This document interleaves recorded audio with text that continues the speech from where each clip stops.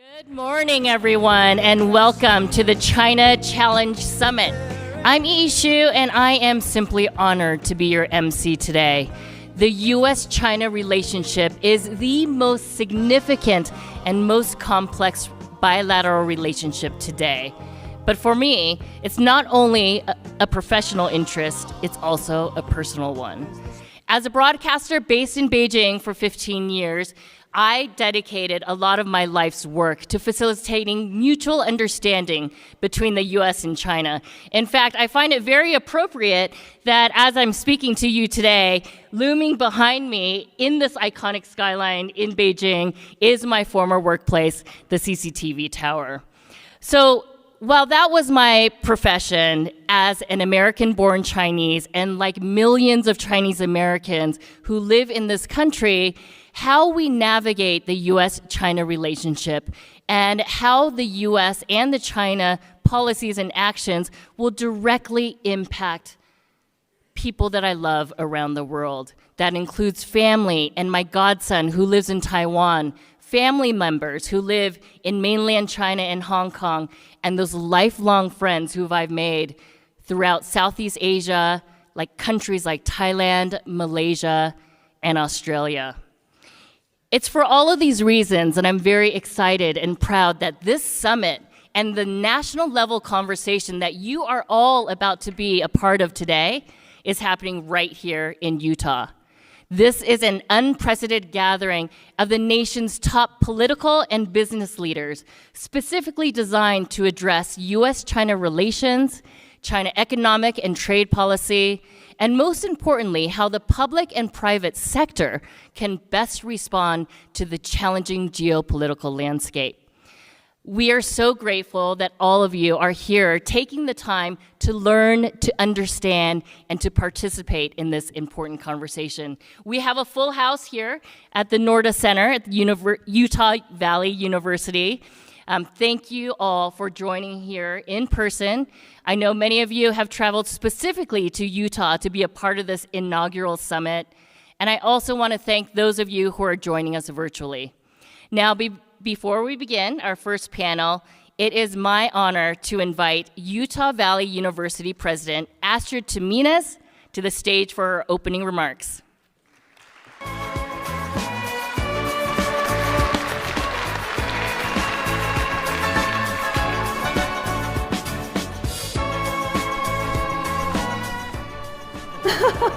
Thank you. I actually asked them to play Dancing Queen when I walked out because that is the anthem of Utah Valley University. On behalf of the university, I want to welcome all of you to this very important conference called the China Challenge Summit. A few words on UVU. We are 14 years old as a university. We are almost 81 years old as a whole. We go back to 1941 as a technical college. We have over 41,000 students, 38% of whom are first generation, 19% of whom are students of color, and 80% of whom work while going to school. So we are a very non-traditional university that believes in the whole gamut of human potential. We are open admission. We admit everybody. We don't care about their past. We just care about their aspirations now and where they want to go. So welcome to UVU. Three quick comments before we start the summit. And I mentioned some of this yesterday at the executive session. The first comment is, the Cold War is over, but the new world order is not yet here. I spent a good part of my life studying the Soviet Union, and I was living in Moscow the evening that Gorbachev left the Kremlin for the last time, and the Soviet flag came down and the tricolor Russian flag went up. Now, what has followed, I think, is the world trying to figure out what is this new world order going to be. And very clearly, a country called China has played, is playing, and will play a very critical role in the shape of the new world order. That's the first critical point. The second critical point is that China is a power to be reckoned with. The rise of Asia is real. What does that mean in real terms? China has the world's largest GDP, economies, in terms of purchasing power parity. China has created between 300 and 400 million strong middle class in the country. It has a population of over 1 billion. Today, China files more patents than any country in the world. China publishes more peer-reviewed articles in science, technology, engineering, and math. It is the second largest contributor to the United Nations, and it is a top 10 country in supporting UN peacekeeping. It also has done things like the Belt and Road Initiative, which is developing infrastructure throughout Southeast Asia, in Africa, and elsewhere. So second critical point, the rise of China is real. The shift of power is real. The third critical question is, what does this all mean for America? What does this all mean for US leadership, for American economic power, military power, and soft power? How do we build an America in a world that is in flux? And I think we will hear many ideas from our speakers today on different panels. I am very grateful and proud that this conference is taking place at UVU. I believe that a university is part of the brain trust, not only of the state of Utah, but of the country as a whole. And we should do some of our hardest thinking and our hardest conversations in a university. I want to thank my colleagues in the World Trade Center who helped put this conference together, two gentlemen here in the first row in particular, Miles Hansen, CEO of World Trade Center, and Professor Greg Jackson, who is with our Center for National Security Studies, and my Chief of Staff, Kara Schneck. So thank you, welcome to Utah, and welcome to Utah Valley University. Former Governor Jon Huntsman will be here later, so don't worry if your program says Jon Huntsman and you saw Astrid Tumeniz instead. The music is better with me. And Jon Huntsman will be here later. So thank you again. We are grateful for your support and your participation and the ideas that you bring to the table.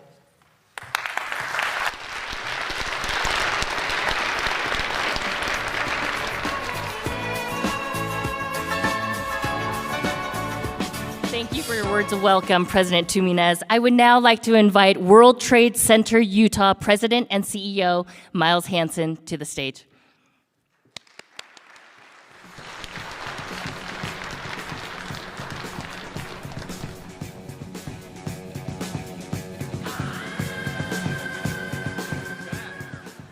So we started off with a little Dancing Queen. Now we've got Immigrant Song.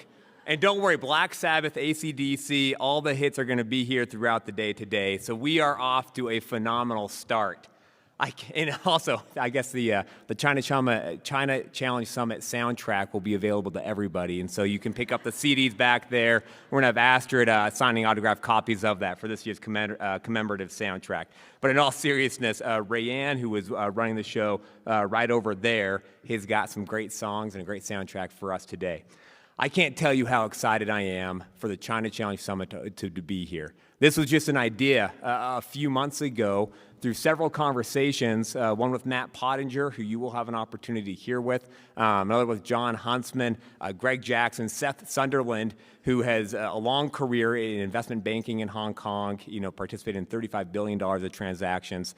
Many of us recognized that there are tectonic shifts happening in the U.S.-China relationship. And so we wanted to pull everybody together, get the best and the brightest from across the country to talk about these challenges, to talk about them from kind of big picture, what's happening, but then to take a few steps deeper to ask, to try to answer, or at least stimulate all of us to think more deeply about the most important question: what do we do about it? And then what we do about it depends on who we are and the organizations that we're working on. And it also is something that we need to figure out as a country. And so I'm so excited and just want to take a minute to express some particular gratitude to Utah Valley University for hosting us in this beautiful facility. President Tumeniz, under your leadership, UVU is going to new heights, and we're so grateful for your leadership in many areas, including your thought leadership, and for hosting us today. We're so grateful for Strider, who is one of our partners on this event, a phenomenal Utah tech company that is doing some really incredible work. And then also to many of our sponsors, DMC, the Sunderland Family Foundation, Zions Bank, many World Trade Center Utah board members who are here today. Thank you so much for your support to make this possible. And I'm so grateful to all of you that are here in person. Between those of us in the room right now and those watching online, we have over 1,200 participants here at the inaugural China Challenge Summit, which tells me that this is an issue that people care about. This is an issue that we're all trying to understand and calibrate what we do moving forward. And so thank you to everybody for being a part of this. And a final thanks to everyone on the World Trade Center Utah and the Utah Valley University teams who have been working in overdrive over the past few weeks to pull this together. And so please join me in giving them a round of applause of gratitude for pulling this together.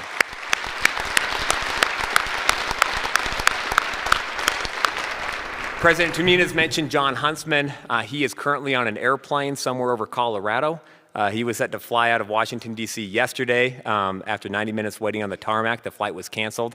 They rerouted him, and he's on a 7 a.m. flight right now, so he will be joining in a little bit. I was talking to Jon just a couple weeks ago, and he said, Miles, this is the most important gathering on the most important issue happening anywhere this year. And then he also took a look at the speakers we have. And I am so grateful to all the speakers that have traveled from outside of Utah to be here with us today to share some of their expertise and their understanding about what's happening with China, all these different challenges, and then digging into this question of what do we do about it. Jon said that if any summit anywhere had half of the lineup, it would be a home run, and we've got double that. And so to all the speakers, thank you so much for being with us and being here today.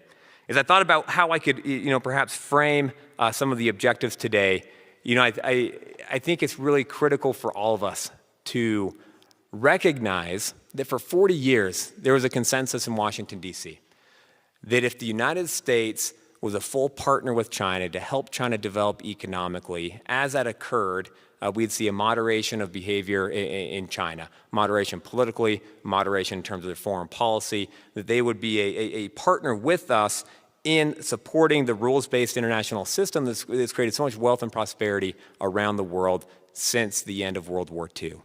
And then at the tail end of the Obama administration, I think there was growing recognition that that assumption that as China rose, it would moderate. There's a realization that that wasn't necessarily happening. It wasn't playing out the way the people on a bipartisan basis assumed that it would. And so that began a process of rethinking the U.S.-China relationship. What does it look like for the next 40 years, given what we've known and how we've seen things play out over the first 40 years? And so what we've been seeing is these tectonic shifts occurring. And it's difficult, it's challenging. I remember in the early days of the Trump administration, we're all aware of there are a lot of tariffs, trade dispute, trade war, call it what you want, but there was a lot of disruption. And I remember from the World Trade Center Utah perspective, we exist to accelerate global growth for Utah companies. And so we're working with companies of all sizes across the state and helping them compete and win around the world. And a lot of companies said, if we could just get a trade deal, then everything will go back to the way it was. And our message was, is there's no going back. There are these very important shifts that have occurred.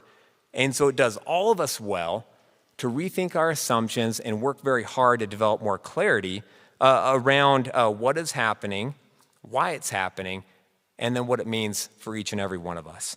And so we've built today's agenda around 3 key themes to help us do that. 1, geopolitics, 2, economy and trade, and 3, business intelligence. And we've asked all the speakers to keep in mind the need for this to be action-oriented. We'll judge the success of today's conference not by how great the discussions are or how awesome the music is, but by the positive action that each and every one of us takes as a result of spending time here at Utah Valley University today. And we're going to discuss the issues, we're going to debate them. We are absolutely going to see disagreements of perspective. We worked very hard to bring in people with a lot of different background and experience and different perspectives. And if any one of us goes through today's program without feeling a little uncomfortable, without feeling like there is something that they disagree with or are being disagreed with, then we haven't done a good job as summit organizers at preparing a program that will force us to rethink our assumptions. And this is absolutely critical because we are all seeing this in the news. We're seeing a lot of different headlines about these changes between the United States and China. Just last week, Secretary Antony Blinken, said that China is the greatest long-term threat to the international system, again, that the United States and our partners and allies built following World War II that has brought a lot of peace and prosperity. In response, the Chinese Ministry of Foreign Affairs said that system are simply house rules the United States has put into place in order to maintain its hegemony around the world. Secretary Blinken talked about competing visions for the world, this new world order that President Tumeniz talked about. So this is a competition. This is a huge challenge for our nation and for each and every one of us who are working to go out there and engage around the world. And so we need to approach this conversation with an open mind and also make sure that we are focused in on taking away lessons, going back to our organizations, and recalibrating accordingly. And what you do about it depends a lot about how big your company is, what industry you're in, the nature of your whatever organization you're in as a country and as different states. But if we can be very clear-eyed about the challenges, then we'll have opportunities to be successful. Yesterday, we had a gathering with many of the speakers, and one thing that I felt very strong about is the fact that we think about foreign policy and foreign affairs and America's engagement is something that originates in the White House, the State Department, the Pentagon. But one thing that I've learned since leaving Washington, being here in Utah, is that the vast majority of America's foreign engagement is done at the state and local level. It's millions of companies, it's universities, it's civil society. They're going out there engaging around the world. And really, our success as a country internationally is the cumulative effect of millions of decisions that each and every one of us are making each and every day.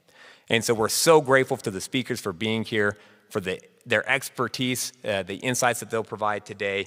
And we're grateful for each and every one of you for thinking deeply about these challenges as you go back to ensure that the best months and years and decades for our country, for our businesses, for our universities are ahead of us. All right, let's go ahead and get going with today's program. And I guess it'd be appropriate to say, let's rock and roll. Thanks, everybody.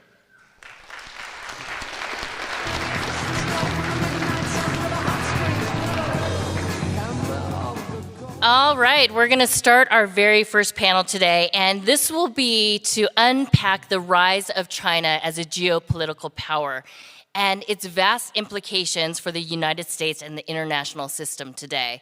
So please join me in welcoming Matt Pottinger, former Deputy National Security Advisor, Glenn Tiffert, Research Fellow at the Hoover Institution, Lingling Wei, Chief China Correspondent for the Wall Street Journal, and our moderator, Ruth Todd, Senior VP and Chief Reputation Officer at Nu Skin. Please join me in welcoming them to the stage.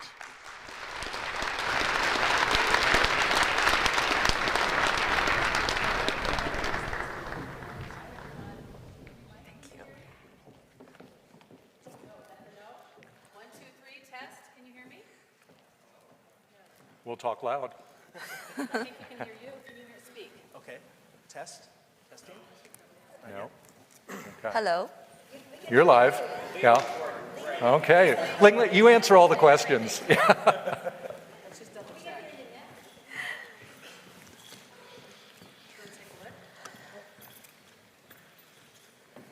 we hear you? Matt? Let's see. Oh, wait. Can you hear me okay? There we go. Is it on? Is that better? Great. Thank you. And me? Thank you. Yeah. Yay for our IT tech people. Well, you heard from their short introductions. First of all, they could have lengthy introductions, every one of these panelists. You heard, though, from their short introductions, we have an illustrious group here that we have much to learn from, and we're so grateful for you to come, and thanks for being here today. We really, really appreciate having you, and it's been good. It's been so wonderful to get to know Matt and Glenn and Lingling. Yesterday, a little bit, I got to be with them, and it was just absolutely terrific. So you are in for a great next little while here. We want to learn about China. We want to talk about China-U.S. relations. Let's start with a little context for today, because anybody in this room that has watched China, and many of them do business with China, they have seen a lot of change in the last 10 to 15 years. In fact, it's changed quite a bit. And we would look to the leadership of President Xi Jinping. So let's talk about him. What's happened over in China? Set the stage, and who is he? What's his agenda? We'll start with you, Matt. Sure. Well, thanks for having me, first of all, and World Trade Center, Utah University of Utah Valley University. It's nice to see you, Madam President. And You know, Xi Jinping is a very interesting leader because he is different and distinct in many ways from his immediate 2 or 3 predecessors. He has elevated himself, and the party that he leads has elevated him to a paramount leader status that's really more akin to Mao Zedong, or in the Soviet model, Joseph Stalin. And don't take my word for it, that is really the way that the party is now describing him. They've elevated his writings to a state ideology called Xi Jinping thought. And so this isn't your typical, Chinese leader that we sort of grew up with in the last few decades. This is a leader who believes deeply in the ideology that he was brought up in. And that comes through in his own speeches, many of which are kept secret for many years, but which eventually dribble out in, for us, relatively obscure Chinese language publications. But in them, he describes a grand ambition, which is to achieve a global collective, as he calls it, which is based on his readings of Karl Marx and Engels and Lenin and Stalin. He talks about those leaders quite frequently, even though very little of that is ever translated into English, deliberately so, by the Chinese Communist Party. But he's a leader with grand ambitions that are not just domestic, they're not just regional, they're very much global in scope. Mm-hmm. Add to that. Yeah, what was most surprising about Xi Jinping is he belongs to a generation that experienced some of the worst abuses of the Communist parties and Mao's rule. And so there was the expectation that when he came to power, he would represent a more liberalizing trend. He came of age as an adult in a China that was opening, that was reforming, the Deng Xiaoping era. And he experienced as a teenager some of the worst abuses of the Cultural Revolution. And then it turns out that he drew exactly the opposite lessons, it seems, than what people were expecting. Instead, he doubled down on the discipline of the party. He drew lessons, and it seems to be his guiding light, that he did not want China and the Chinese Communist Party to follow the route that the Soviet Communist Party did.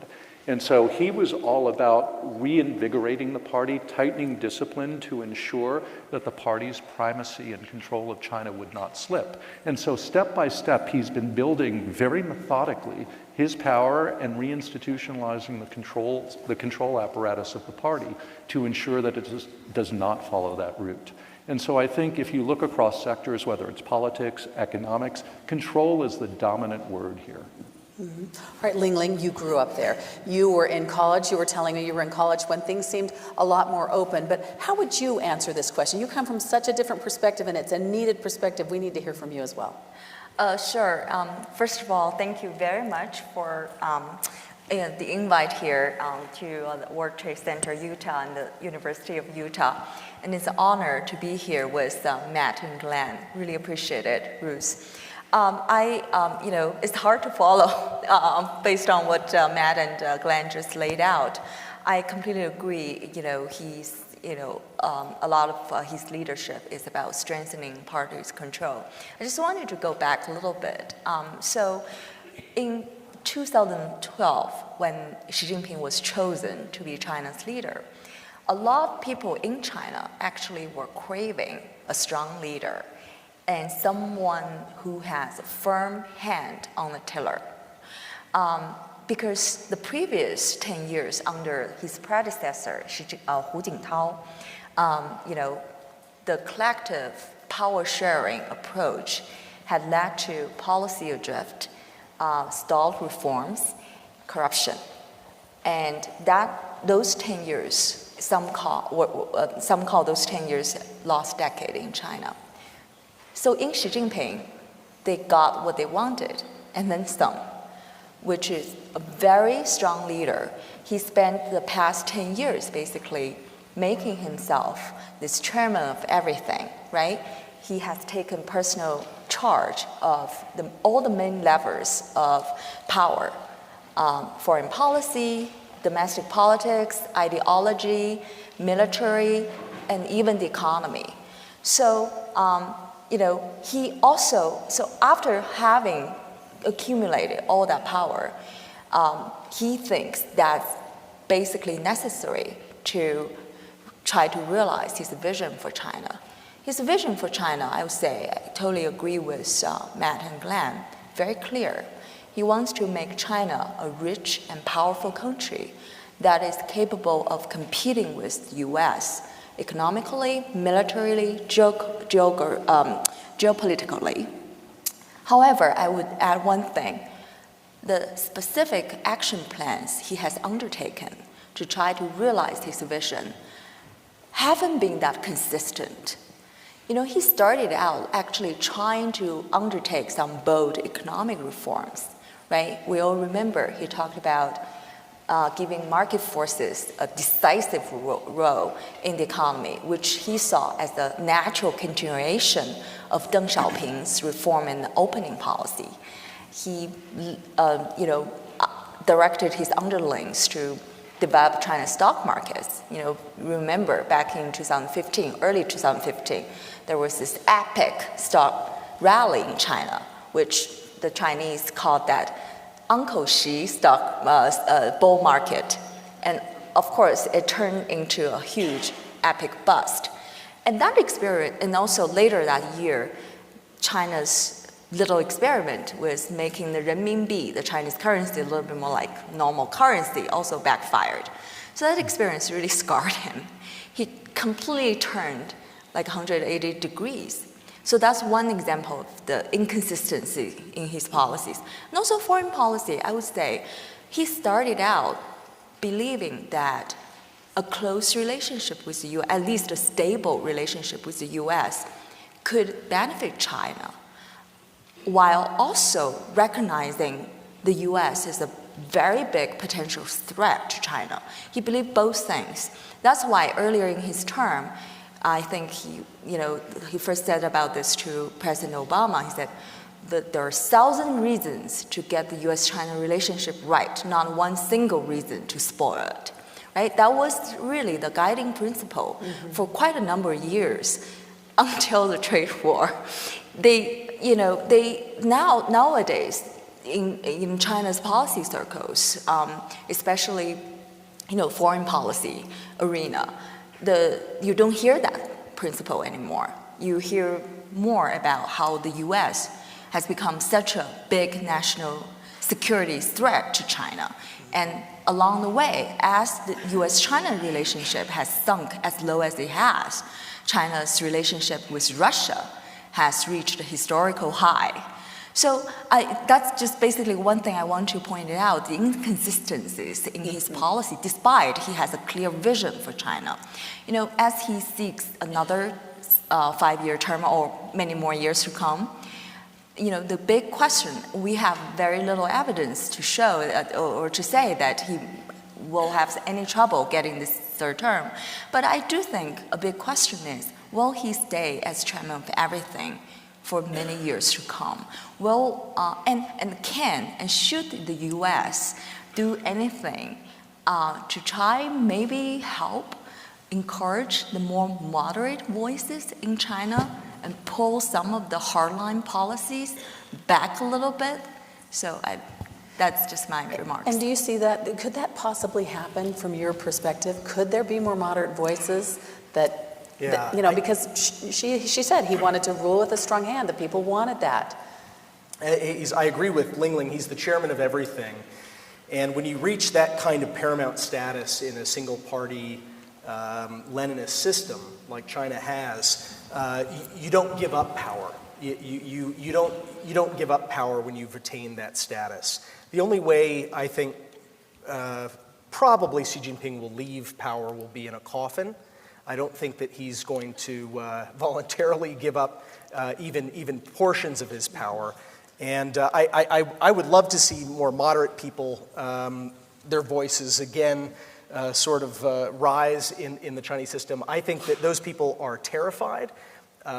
Many of them have either left or they are quiet right now in that system. I see no signs of, even though undoubtedly there's an enormous amount of unease with how badly the Chinese economy is doing, a lot of disappointment or anger at things that Xi Jinping's doing. I see no evidence of anyone of stature in that system directly criticizing or disagreeing with Xi Jinping. Glenn, I see you nodding, and I'd like to just build on what Lingling said and ask you both.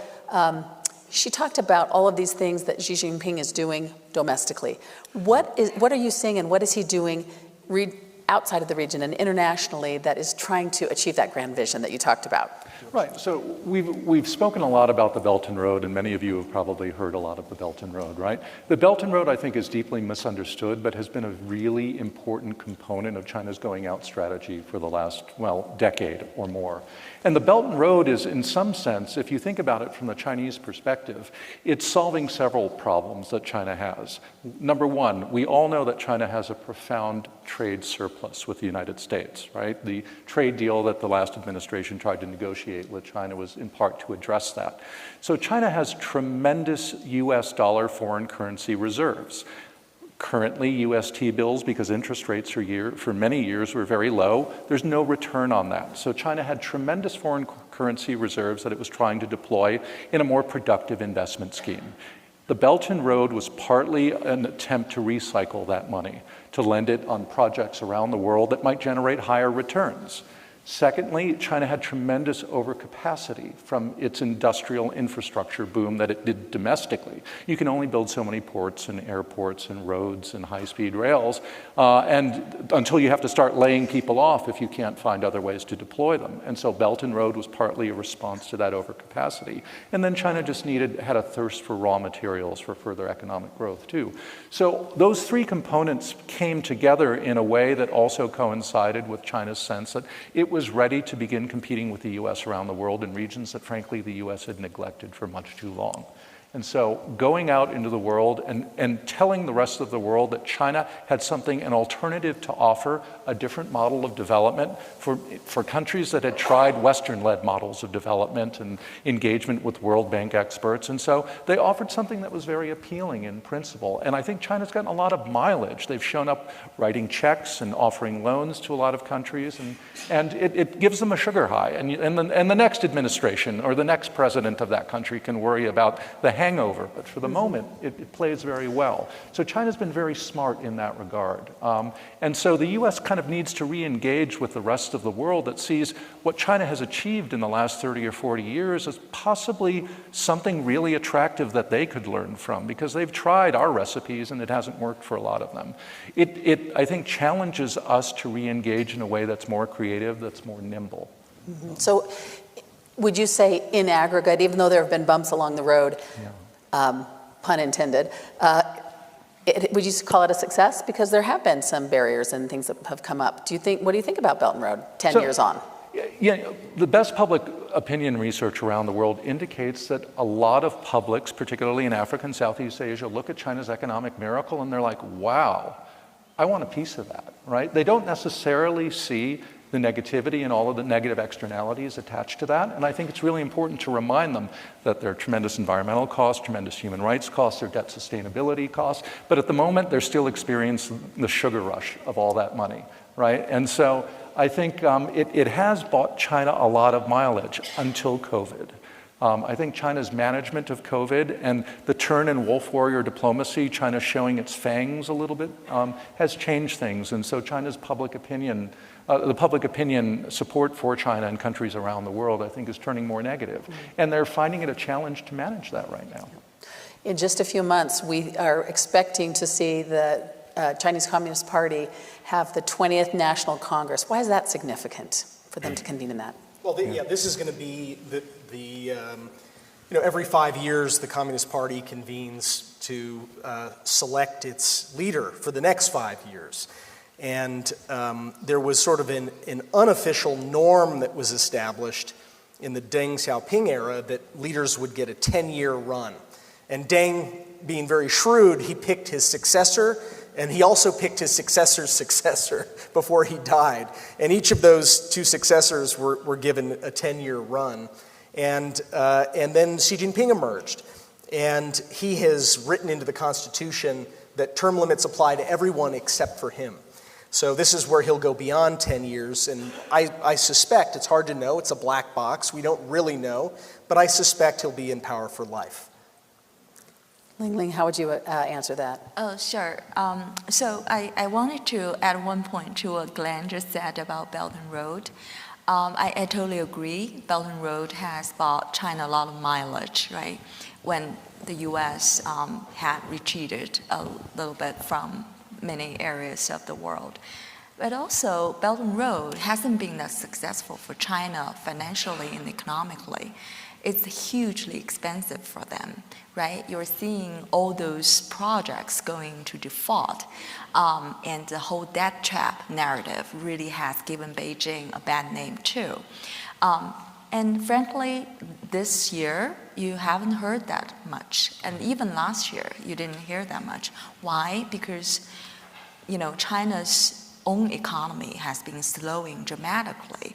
I really agree with one of the speakers who said about we shouldn't really underestimate China's strengths, especially for the foreseeable future. So they're having a lot of domestic problems to have to deal with.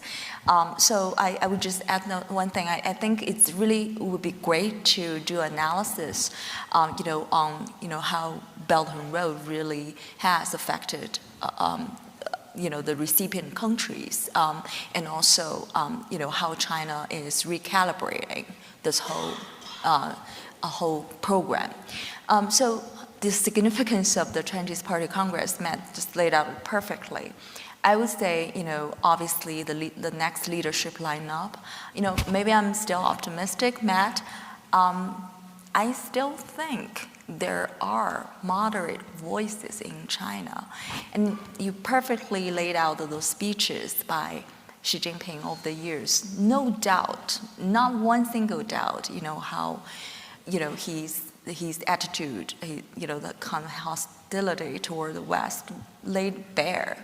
But there, based on the conversations that I've had with people in China, there are still voices or care about China's relationship with the U.S. and the West overall. And there are still people who think Xi Jinping has made a huge mistake by aligning China so closely with Russia.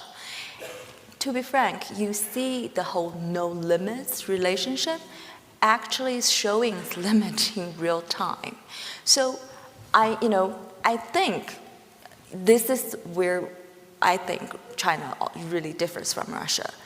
I think she still faces resistance within the party in terms of carrying out certain policies, despite, he went all ahead, putting out the broad outlines of what policies should be like. So that's why I think maybe there's still hope, and for us, the U.S., to try to do a little bit more to encourage those moderate voices. And another thing, another importance about the Party Congress is that, in addition to lining up of the leadership, we should be on the lookout for what kind of statement, right, they put out. Some people are expecting probably more, even more hawkish words about, the struggle with capitalism, with the U.S.-led capitalism, if she, really gets more power. But, that kind of language might get pulled back, watered down a little bit if some other voices emerge. So that's another thing we should be really look out for, the kind of statement coming out of it. So really time will tell. That story is yet to be written if any of those moderate voices. You have something, Glenn, go. Yeah, if I could just add one point. I think it's really dangerous for us to personalize this too much, for our reading of China to rest purely on the shoulders of Xi Jinping. If Xi Jinping were to drop dead tomorrow, would China fundamentally change? I think that's a very important question to think about, right? And I actually think a lot less so than we might hope. Yes, there are more moderate voices, but I think there are powerful structural forces at play here that will constrain anyone who comes after him, and it might be next week or it might be 15 years from now. We don't know. Both of his parents led fairly long lives, so he could be around for quite a bit longer. And so the question is, let's not reduce China to this one man. There are much larger forces at play here that we need to analyze, and I'm less optimistic, I think, than Lingling about that. Okay, so then let's take today. How would you characterize today the U.S.-China relations, and where do you think, the most salient points of alignment or misalignment? Sure, yeah. So, the U.S. policy for decades, really since the end of the Cold War, was predicated on a big, bold, generous assumption, right? The assumption was the Soviet Union has just collapsed. The Eastern Bloc, all of these Communist Party-led countries were turning either democratic or into some gray zone thing other than a single-party dictatorship. And so there was an assumption at the time, in our moment of triumph, because it was a triumph. We won the Cold War without firing a shot at our nuclear-armed adversary, which could have been catastrophic if it had come to that. But we had won, and our ideas had won, our system had won. And so there was an assumption that China inevitably would have to come in line with that historical trend, that it was going to have to liberalize, first economically, and then hopefully the society and the politics would follow. And so we pursued a policy of enriching China with the belief that that would fundamentally change and really undermine the Chinese Communist Party.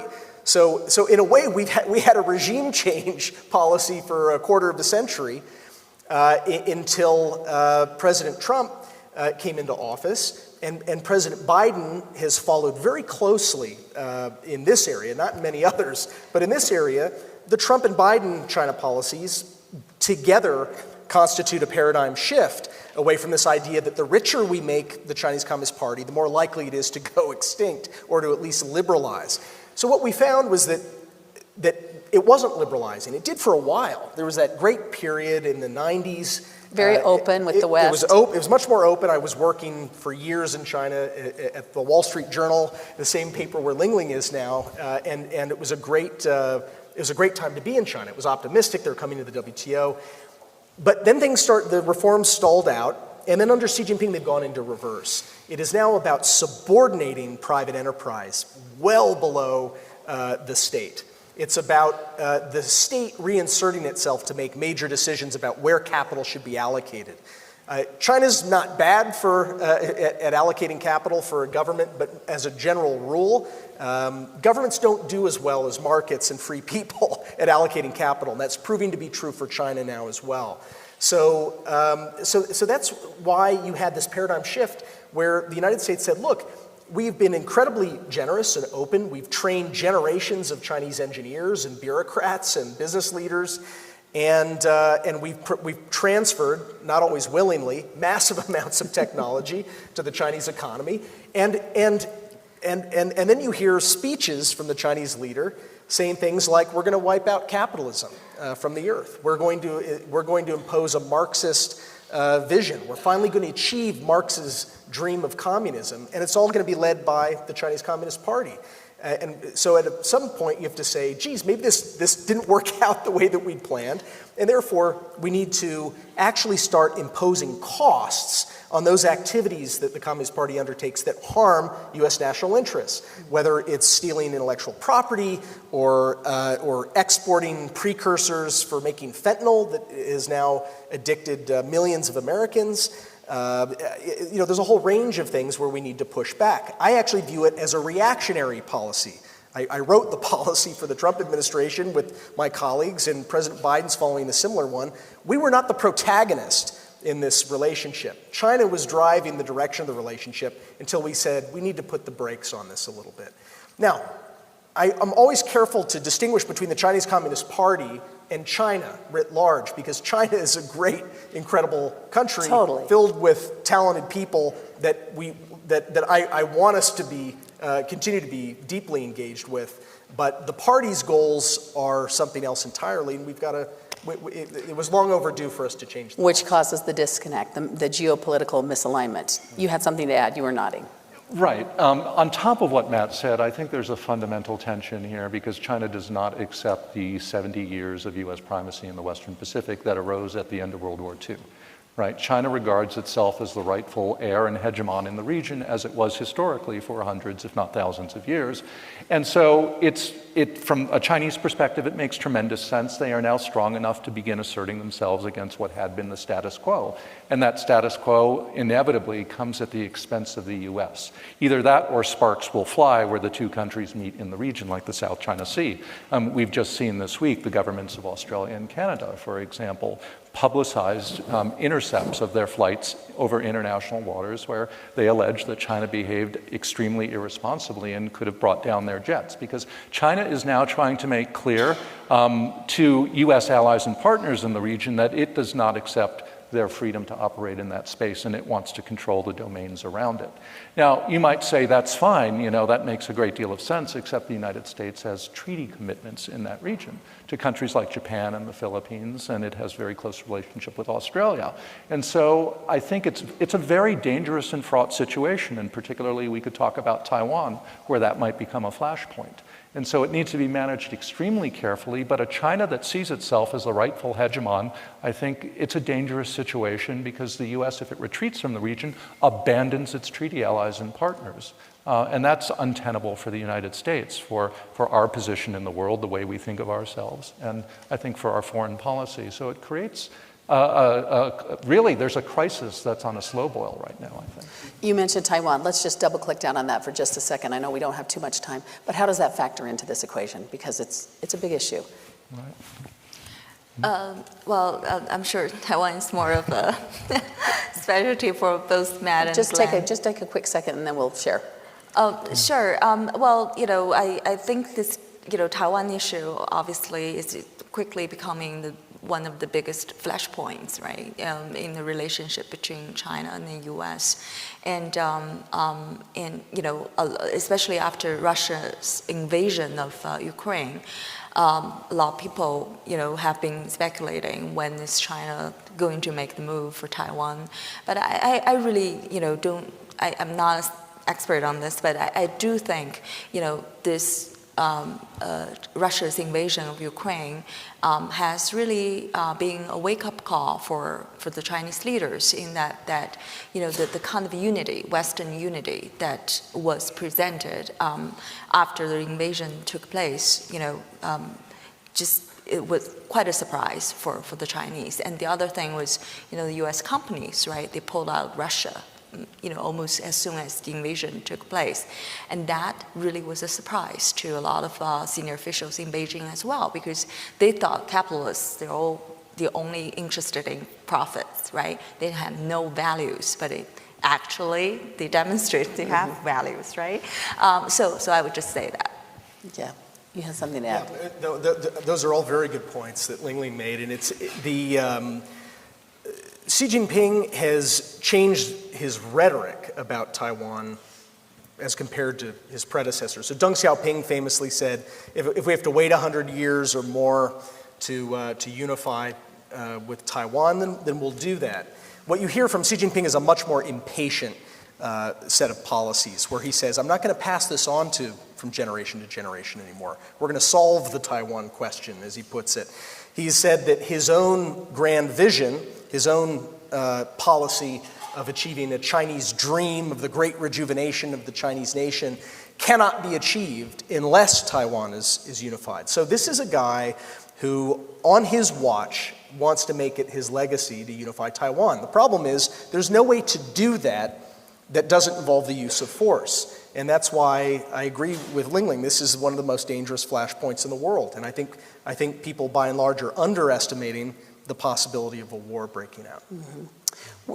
We don't have near enough time to dive into what I'd like to, but in our last few minutes, I would like to just ask you, what do we as a collective, this is a group of American business people, what do we need to know going forward? What do we need to educate ourselves on better? Sure. And I'd love to hear from all of you on that. Glenn, we'll start with you right in the middle, and then we'll go to Happy to do that. Yeah. Okay. Yeah, I think it's really important for us to realize China's already the number 2 economy in the world. It may very well turn into the number 1 economy. It is by some measures of purchasing power parity. But China's not going away, so we do have to find a way to coexist with China. And there are areas where I think that's going to be extremely difficult, but then there are areas where we can continue to do business and trade and should and experience investment in both directions from countries. And maintaining those channels is critical. But I think that if you are engaging with China either in business or education or people-to-people or cultural exchanges, it's really important to get the best understanding you can of Chinese policy as the Chinese government describes it. And then to assess what your exposure to risk would be. If you're, the 14th Five-Year Plan, for example, that China recently published, the Chinese government, it identifies at least 25 critical technologies that China does not lead the world in, which the US tends to lead on, which Xi Jinping has identified as areas where China wants to establish its supremacy. If your business is in one of those areas, you need to anticipate a much higher level of risk. And even though your engagement with China might be all smiles and trade and business, you're being invited there for a purpose. They want to learn everything you know in order to put you out of business and to take your market share away.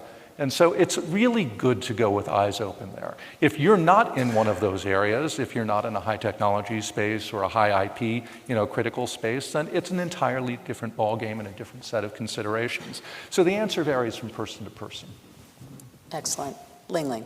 Sure, I completely agree with what Glenn just said. I would just say that, for the past few decades, right, I think U.S. companies really have played a key role in, helping China's economy and also, the whole enhanced the openness of the Chinese public, the embracing of the Western world, Western civilization. I think, we really shouldn't dismiss that.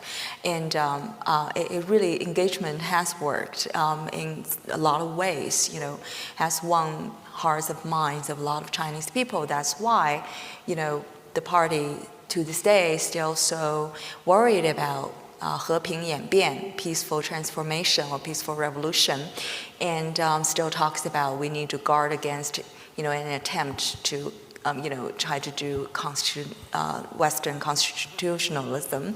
Who was doing that really? But so I really think China is still an amazing place to be in, and it's really sad in a way to see the relationship has sunk so low. One hand, the U.S. really many years has helped China, achieve an economic miracle. On the other hand, China itself has helped lift 800 million people out of poverty. What an accomplishment. What a great friendship that should have been. But now couldn't be more adversarial. So I think businesses can still play a role here to, the bridge between the two governments, between the two people. And of course, the risks are much higher, as Glenn laid out, not just in China, I think in the US as well. So you're basically straddling both countries and trying to navigate both landscapes. So it's a hard job, but it's worth it for the greater good of mankind. I've read a few books that were just published in the last handful of months that I would all of them I would recommend. One is by Professor Aaron Friedberg at Princeton. It's called Getting China Wrong, but it's a very concise history of our policy and the misassumptions that we made, and it also lays out sort of a pathway for a sane strategy designed to allow us to compete effectively. Rush Doshi wrote a book called The Long Game. Rush is a scholar who's now working on President Biden's National Security Council staff as one of his China directors. And that one looks at primary source materials going back to the end of the Cold War that show that senior leaders in the Communist Party secretly decided to regard the United States as the primary adversary, although they kept that fairly well guarded. But it's nonetheless quite explicit that the U.S. would, from 1991 on out, be the number one adversary of the Chinese Communist Party. And now, of course, that fact is out in the open. Xi Jinping doesn't, the fig leaf has blown away, and we can see what that strategy is when we pay close enough attention. The third is one that was just published this week by Ian Easton, and that book is called The Final Struggle. And Ian Easton is another one of these scholars who reads primary source materials in Chinese language. Some of them ones that are not meant to be seen by foreigners, but which are nonetheless authoritative documents that distill Xi Jinping thought, that talk about China's foreign policy. And in that one, he has a few chapters that look at that ideology and what China's goals are in its own words, in the Chinese Communist Party's own words. So those are three good ones. That sounds great. In your mind then, I mean, ideologically, we're never going to be exactly aligned. We never have been, we never will be. Are we destined for conflict between the United States and China, or can we find a way? No, we're not destined for conflict. We should actually, even though there are some points that are very much different from the Cold War that we experienced with the Soviet Union, there are also similarities.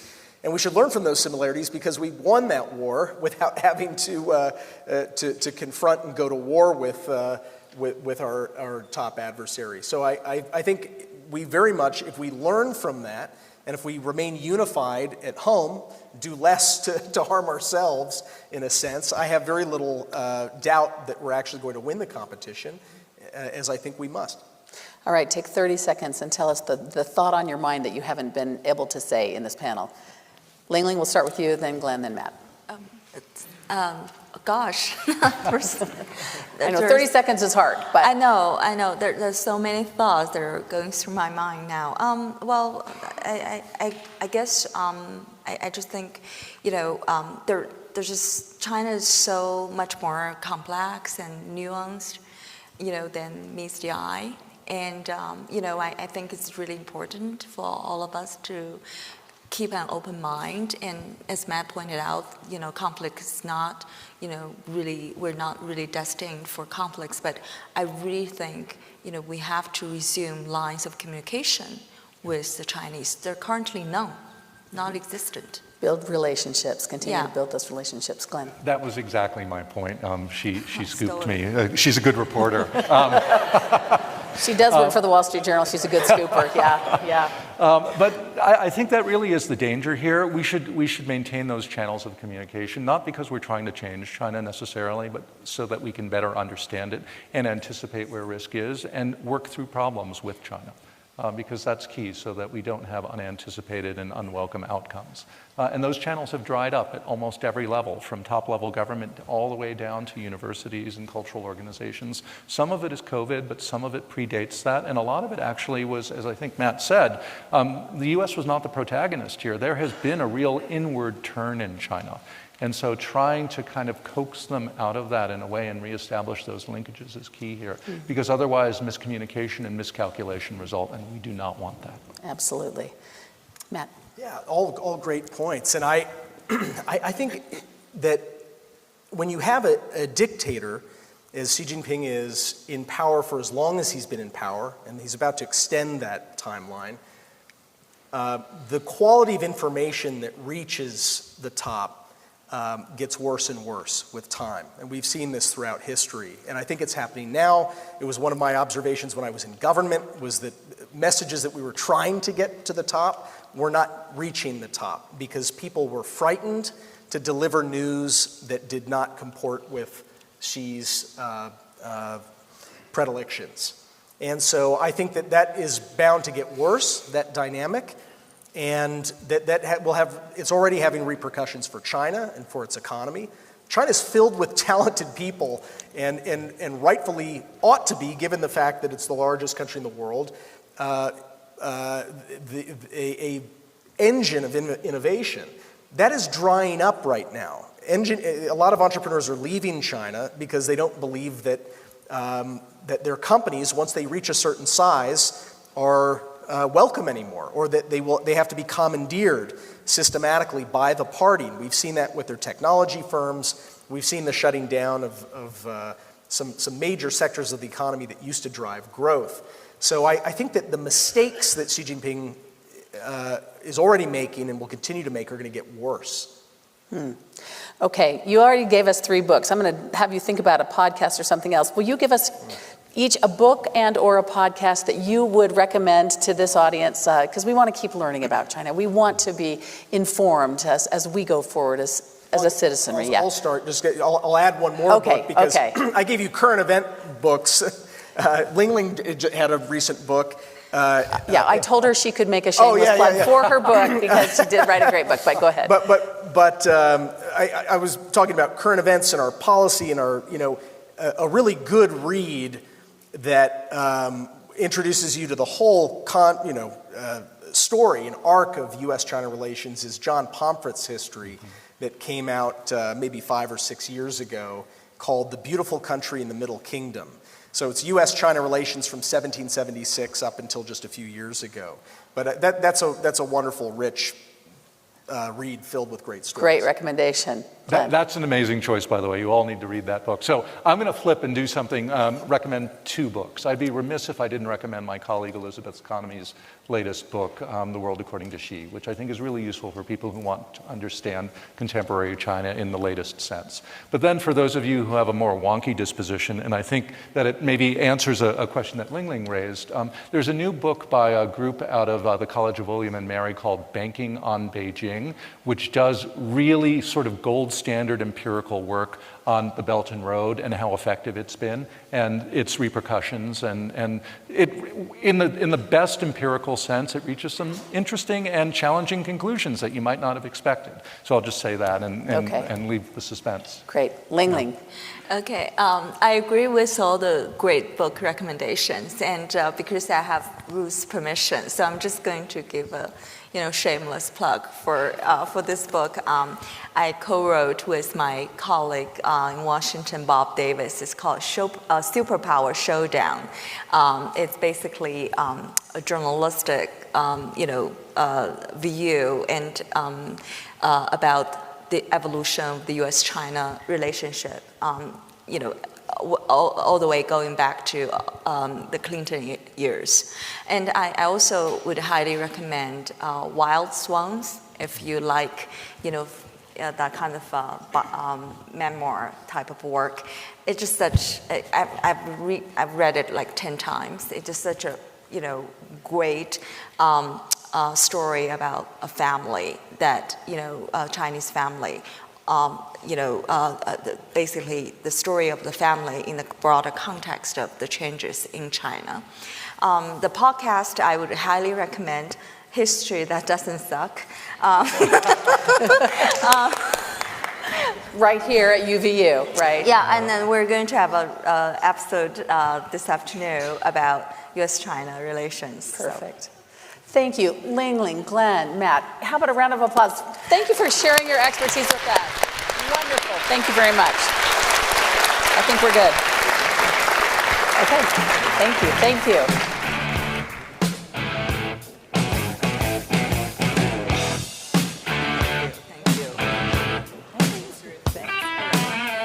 Thank you so much to our speakers again for offering sometimes a differing perspective on what China's intentions and ambitions are, and also how China's rise is impacting the geopolitical landscape. Our next segment is a very exclusive video conversation about the diplomatic answer to the China challenge. In this video conversation, we have Jon Huntsman, who served as U.S. ambassador to China from 2009 to 2011, in conversation with current ambassador to China, Nicholas Burns. And he joined us from Beijing. So please take a look.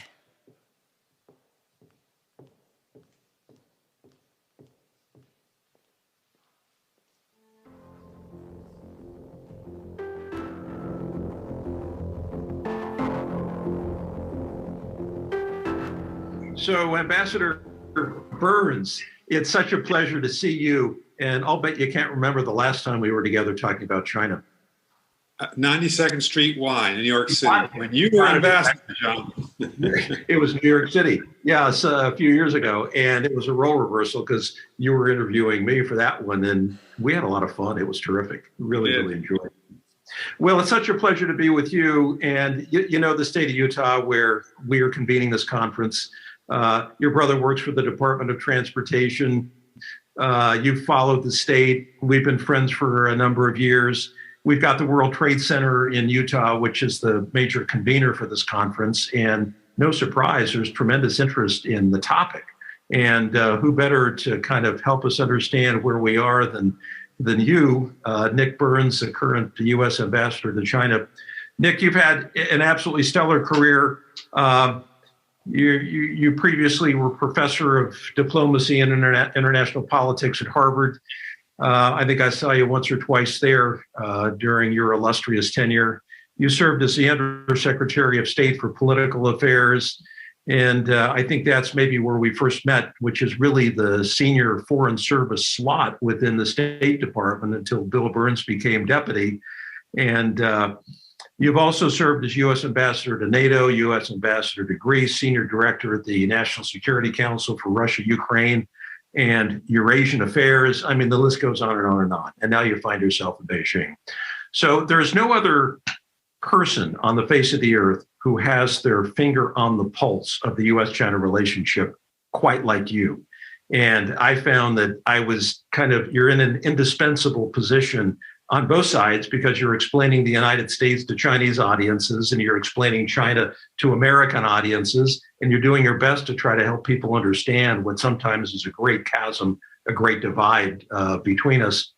But walk us through a little bit where you see the current state of play between the United States and China, this being really the 50th anniversary of the Shanghai Communique, where over the years we've seen a lot of ups and downs, and now we're kind of redefining the whole state of the bilateral relationship. Where do you think we are? Well, John, thank you. And first, before I answer your very good question, I just wanted to send greetings to you. You are so well remembered here at the American mission in China, which you led so brilliantly when you were ambassador here, and well remembered by the Chinese as well.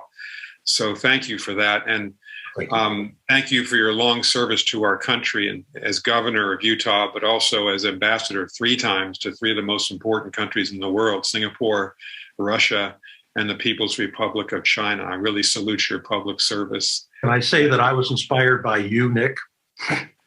I think it's the other way around. I've always been inspired by your devotion to the public realm and public service, and we need more people like you. So I was delighted to get this invitation. And as you know, I would have preferred to be in Utah. My brother Stan's been living there since the 1970s. He loves the state. We go hiking in the Wasatch when I visit, and his wife and 2 sons are there. They love Salt Lake. I'm also here off camera is Max Stoneman, and Max is a native of Salt Lake. He's our deputy press spokesman here. So Utah is well represented in the American mission in China. John, you've asked the key question. I'll just try to give you a very straight answer. Our relationship with the People's Republic of China is, I think, by far the most important that we have with any country in the world, given the level of competition and the level of interaction between our 2 economies and our 2 societies. And I'm sorry to say, I think the relationship is in very tough shape. It's a very difficult moment. If you mentioned the Shanghai Agreement, President Nixon's historic trip to Beijing and Shanghai to meet Chairman Mao, to meet Zhou Enlai in February 1972. This might be the lowest moment since then. We have seemingly unremitting competition between us. We Americans don't believe that China's playing by the rules on economics and trade, and that's unfair to our businesses and our workers and to the American public and our economy.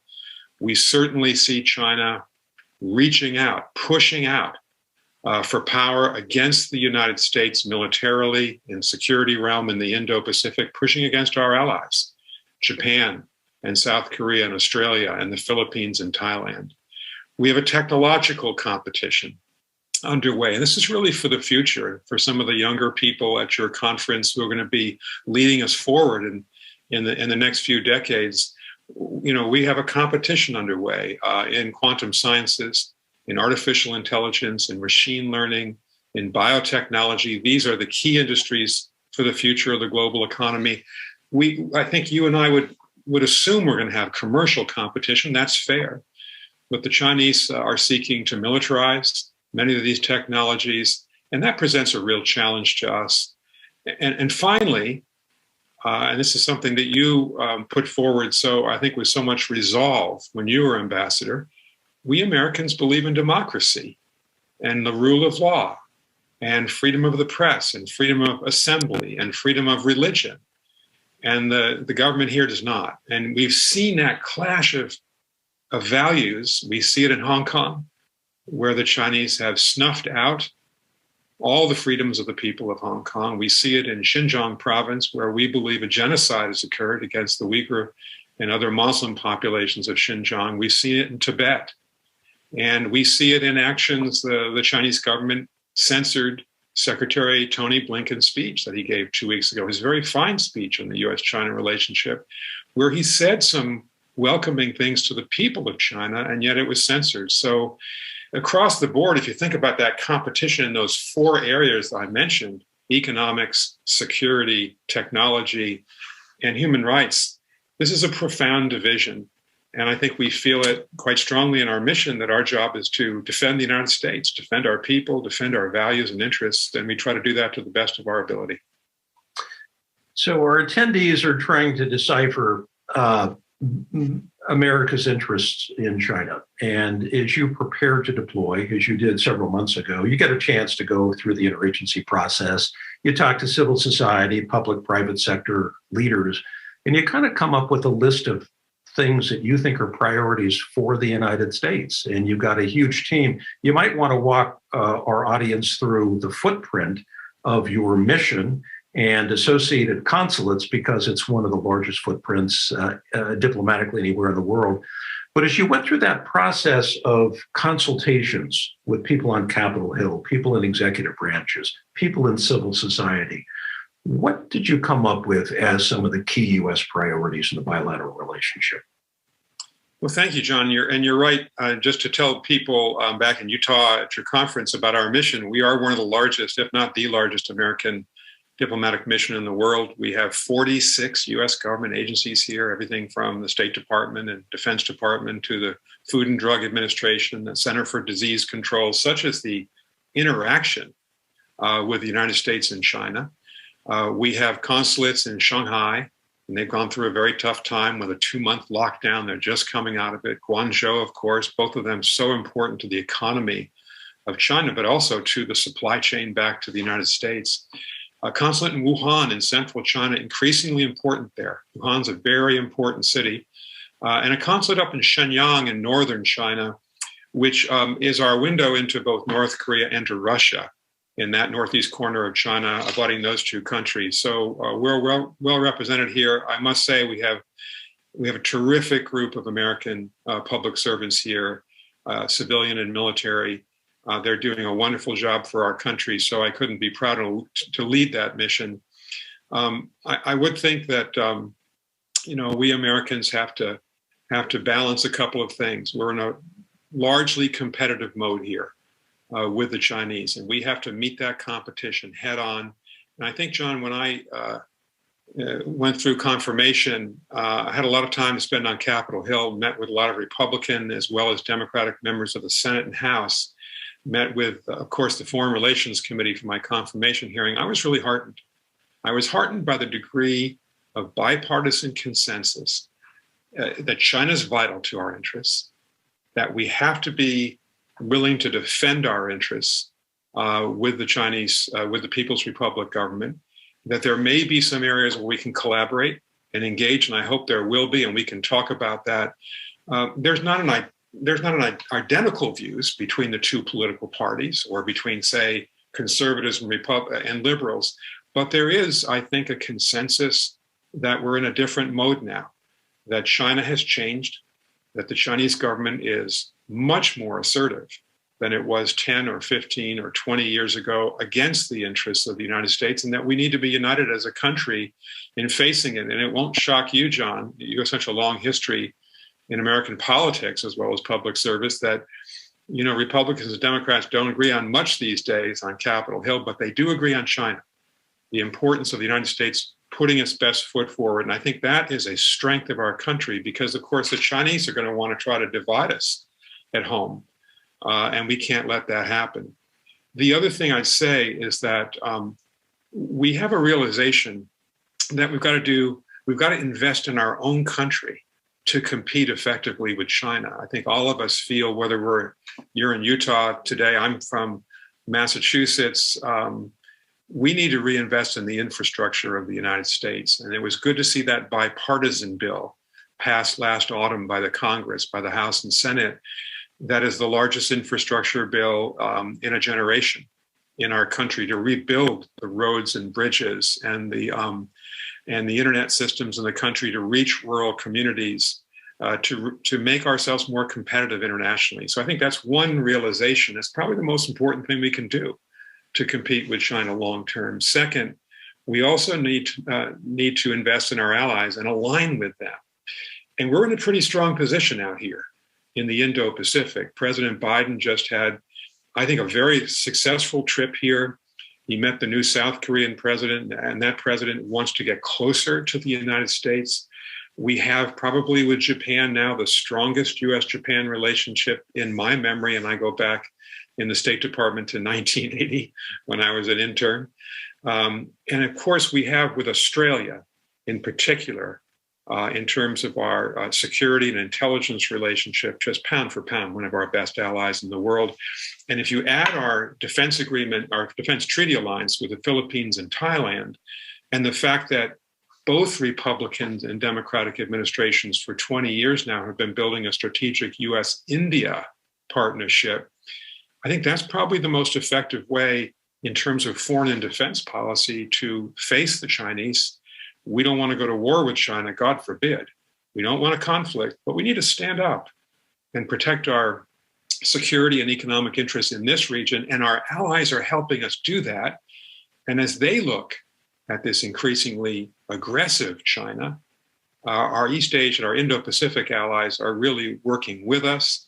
And the European Union, for the first time, is becoming very active in supporting us on many of these issues. So I think in that realm, investing inside the country, strengthening our alliances, and being willing to compete on a fair basis with the Chinese on all those issues we talked about, I think that's the essence of what President Biden's trying to do. I sense we have a lot of support from Capitol Hill, both parties, and that's a great thing for us.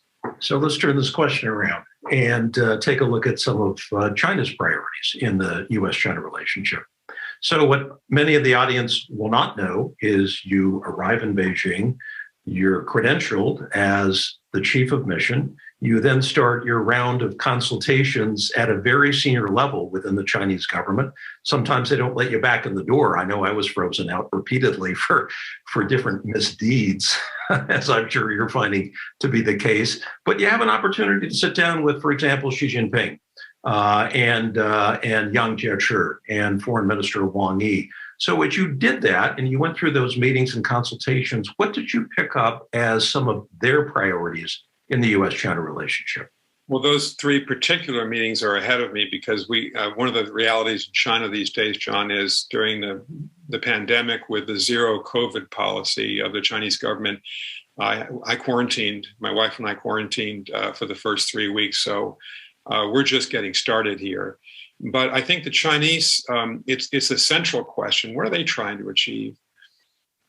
Their ambition is to become the strongest power in the Indo-Pacific. They think that's achievable. They are the leading trade partner of nearly every country in this region. They have an expanding military presence, a blue water navy, a sophisticated air force. And you see them in the Spratly and Paracel Islands of the South China Sea, in the Senkaku, Diaoyu Islands of the East China Sea, expanding their military presence, often in illegal ways, taking land, taking islands and islets and militarizing them against international law, but they're doing that. And they seem to be of the opinion that the East is rising and the West is falling, that China is strengthening and the United States is weakening. And that's that's an incorrect assumption on their part. I think actually we've been strengthening in the Indo-Pacific in recent years, but that's how the Chinese see things. They've seen the United States dominate this region in many ways since the close of the Second World War. And I think many Chinese officials believe it's their destiny to be that number one power. And then globally, John, I think maybe in the out decades, a decade or two or three from now, I think many Chinese officials harbor the ambition that China might become globally the most influential country in the world. And that's not something that the United States, the American people, other people who live in democracies want to see. That China's deeply authoritarian, increasingly repressive at home, but also increasingly, in some cases, a bully overseas. And so that's why we have to strengthen our partnerships and alliances. Again, not because we want to fight, we don't, but we want to defend what we have built, defend our security and economic and technology relationships out here in this incredibly expansive and important part of the world.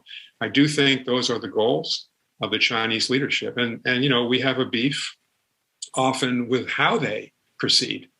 The use of stealing of intellectual property, the use of the Chinese state to go after American and other companies here to the disadvantage of those companies, state subsidies, dumping. This has cost American jobs and it's cost American companies prosperity. And so there's another area where we have to stand up, and part of our mission here is to help American companies level the playing field and succeed. So very competitive relationship out here. And that's our main job in reacting to your question. What do the Chinese think they're doing? And again, the best way for the United States to do that is to be aligning with other countries. I'll just conclude on this, John.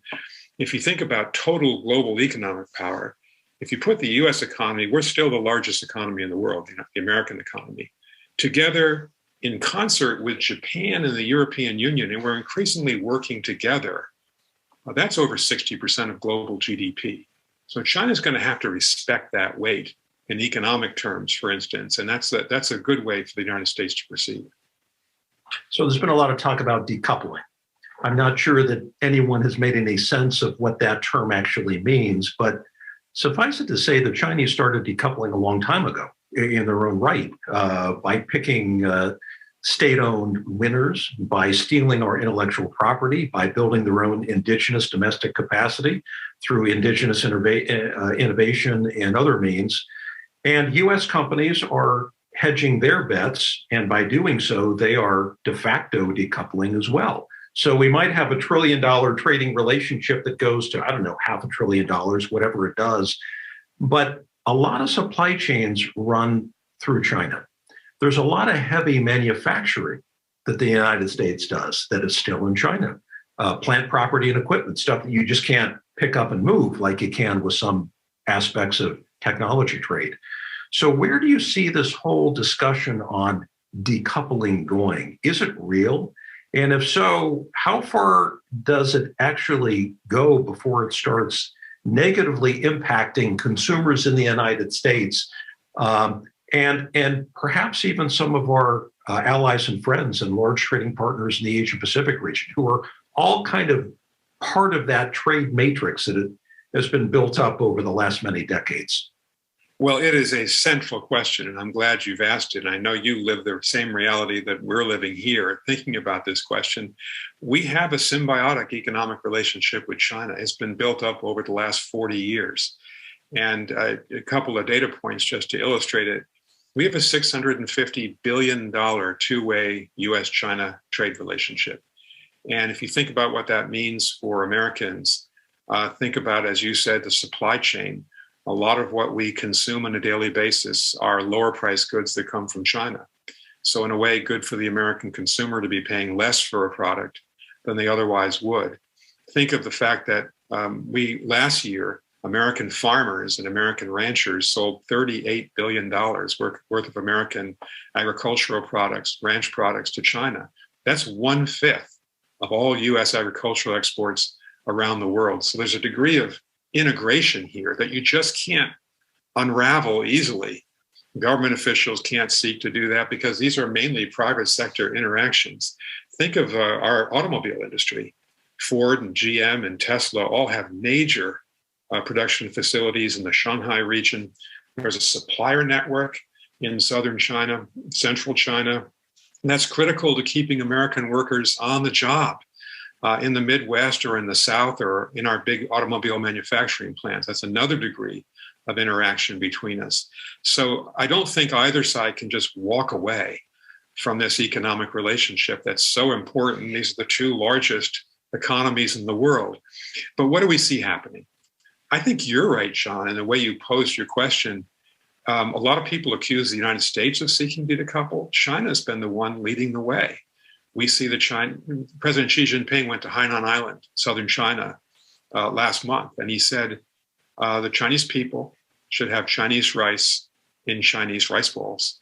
It's really a metaphor for what Xi Jinping is trying to do, and that is kind of look inward, develop the Chinese economy in such a way that it's no longer dependent on the United States or Japan or India or the EU for a large measure of its imports, of its trade. And I think the Chinese fear, they look what's happened at Russia, with Russia's barbaric invasion of Ukraine, the very effective international sanctions against Russia. China doesn't want to see that happen to themselves in some future scenario. So they're kind of burrowing inward. They're trying to reduce their dependence on supply chains. And they're particularly interested in making sure that they're not the prey of effective Western or international sanctions in the future. I do think they're leading the way. From our part, I'd say this.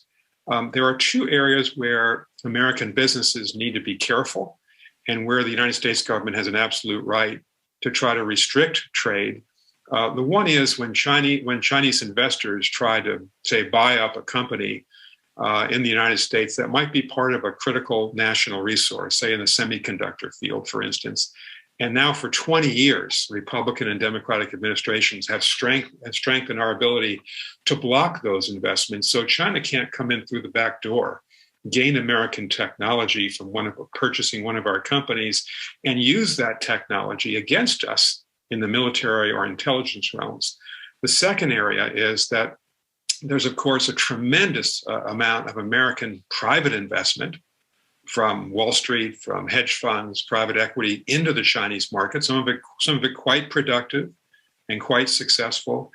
But if American investors are investing, again, in areas of the Chinese economy that might help them in their national security competition with the United States, we should take a look at how to limit or restrict those types of investments.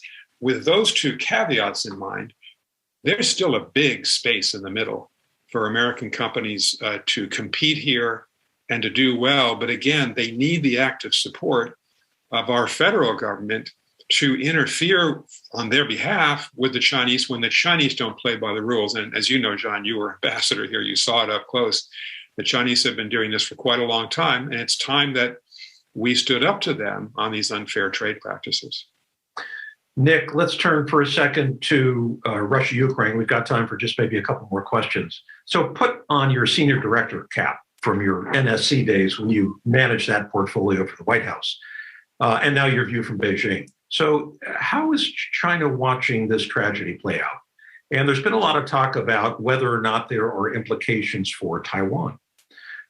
In other words, will Beijing look at any kind of possible invasion of Taiwan differently? The unity of the Western free world, the international response, the global economic sanctions, which I think have been worked brilliantly. There's so much at play that nobody anticipated or expected. And I suspect in Beijing, they're looking at this, analyzing it very, very carefully, and factoring it into their longer term plans as it relates to Taiwan and any kind of so-called reunification plan. But how do you see that? I think that you remember, John, back on February 4th, the opening day of the Winter Olympics here in Beijing, President Xi Jinping and President Putin issued this long joint statement, essentially saying there's a new partnership between the two, and it has no limits. Remember that phrase. And 20 days later, the Russian Federation launched its illegal invasion of Ukraine. I think the Chinese are in a very uncomfortable position. Half the time when you look at what the Chinese are saying is they say we're for peace and we're not for this war. But then you look at the rhetorical support that the Chinese have consistently given the Russians since the start of the invasion of Ukraine. They've been saying a couple of things that are really quite frankly outrageous about the United States. The Chinese foreign ministry spokesperson has said consistently, NATO drove Putin to invade Ukraine, which is a ludicrous proposition. And second, they've been making this preposterous claim that the United States had bioweapons labs in Ukraine. These are lies. But in an authoritarian state system like this, sometimes you get those, that's how people deal with public issues. I think the Chinese are uncomfortable. It's hard to defend President Putin here.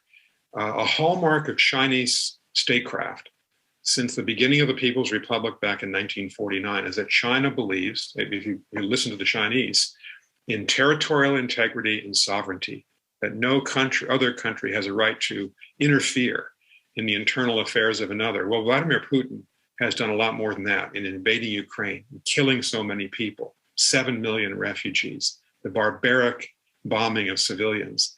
And I think the Chinese don't have a good answer here for why they've stuck by the Russians so long and about this no limits partnership. We're in a stronger position because you remember the vote in the United Nations. 141 countries in the United Nations voted to denounce the Russian invasion of Ukraine back in March. Most days you can't get 141 nations in the General Assembly of the UN to say the sky is blue, but they did in this case. And so I do think the Chinese are on the back foot here. And frankly, in our conversations with them, they just don't have a lot of good answers to, and they kind of swing wildly back and forth between outright support of Russia and saying that they want peace in Ukraine. It's not been a very convincing performance. One of the things, Nick, that I've long admired about you is your willingness to speak openly about human rights. It seems that everywhere you go, that's part of your discourse. And people listen when somebody like you, with your kind of background and level of experience, speaks out about human rights. And it's important in China to do that.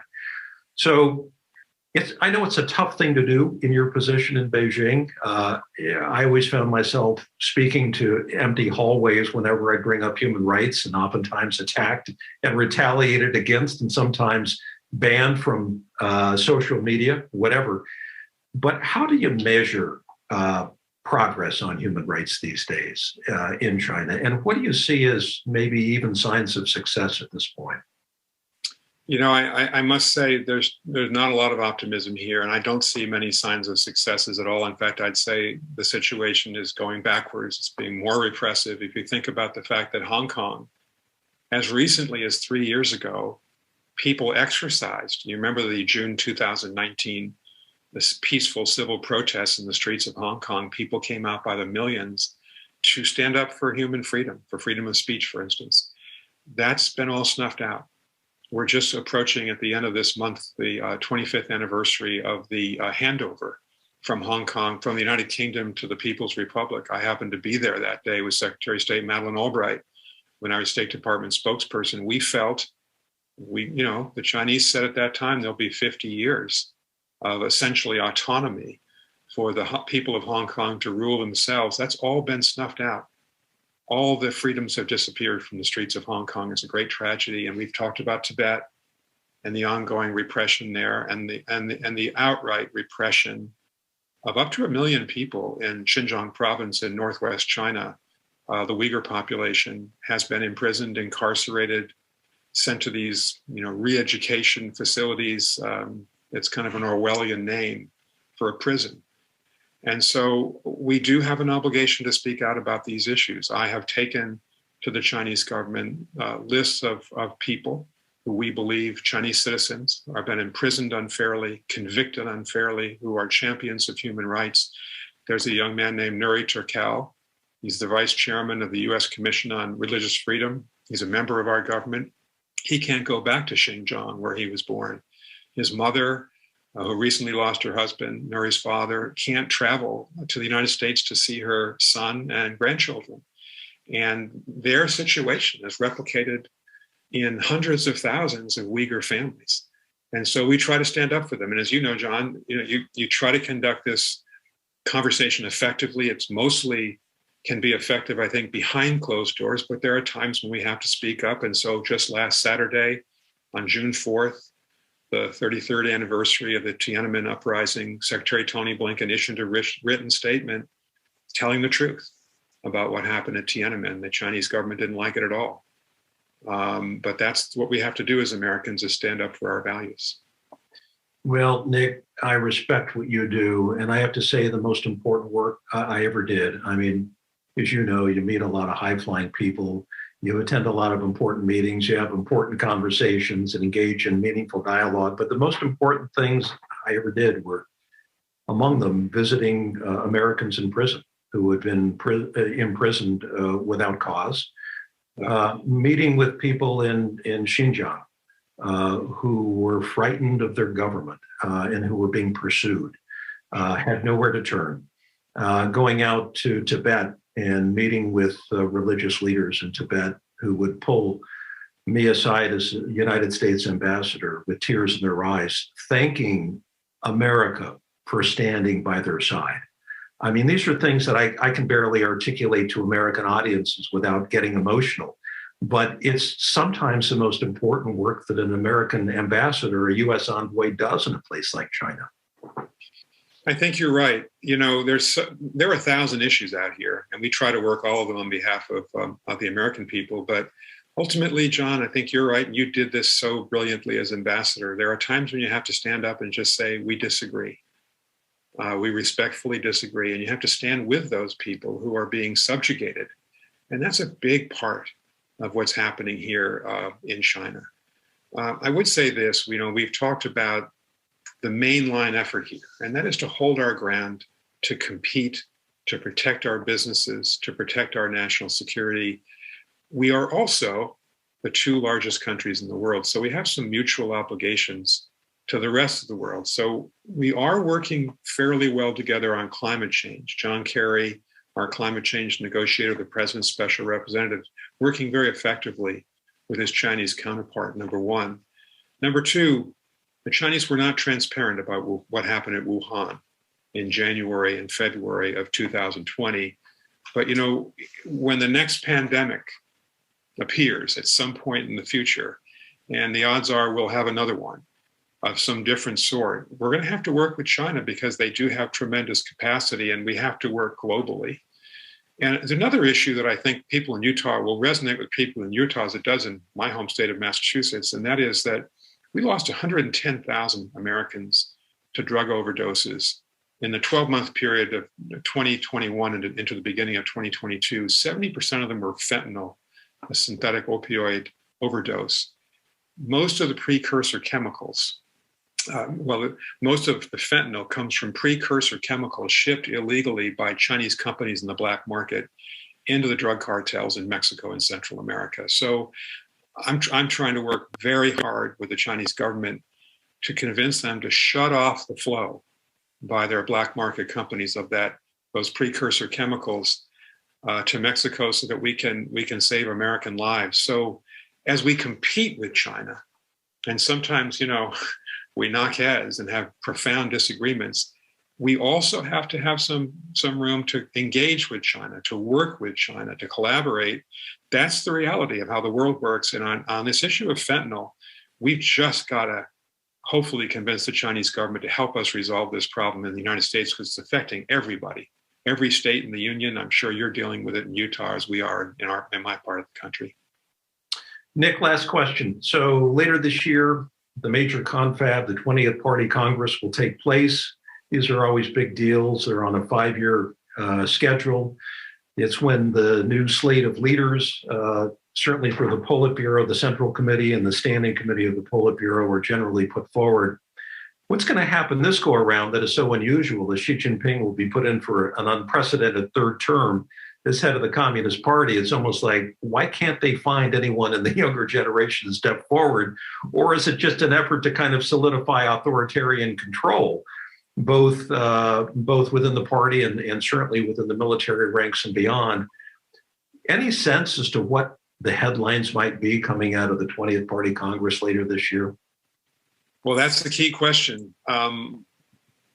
This is an opaque system. It's not a system that's at all transparent. It's nothing like, you know, Washington, D.C., which is an open book and should be as a democracy. It's very difficult to discern what's happening inside the inner realms of the government here. But I think it's reasonable to assume that this trend that we've been seeing for the past 5 to 10 years of increasing authoritarianism, of increasing power of the Communist Party here in Chinese life, will mean that Xi Jinping will very likely have a third 5-year term voted at the 20th Party Congress. That'll be then solidified in a March Congress in 2023. And he's very likely going to be governing this country for the next 5 years and perhaps even beyond. As you know, John, since Deng Xiaoping's historic reforms, there have been an unwritten rule that, an understanding that no president, general secretary of the Communist Party would serve more than 2 terms, more than 10 years. Well, that appears to be, that'll be broken. And there'll be a third 5-year term, most reasonably, I think, or most likely, I guess I should say. And then, of course, there are 7 individuals who sit on the standing committee. That's the key decision-making body of the party. And it'll be interesting to see who are those people, who leaves and who comes on. So that's part of the drama that's happening this year. And it may well be driving a lot of what we're seeing. The adherence to the zero COVID policy here. You know, we are tested every other day and have been for months. Beijing was locked down for a good 5 weeks. Shanghai was locked down for more than 2 months. And as the virus comes and goes, this country is in the vice of, in the grip of a very, very organized system to limit our ability to travel across the country, to get on trains or airplanes.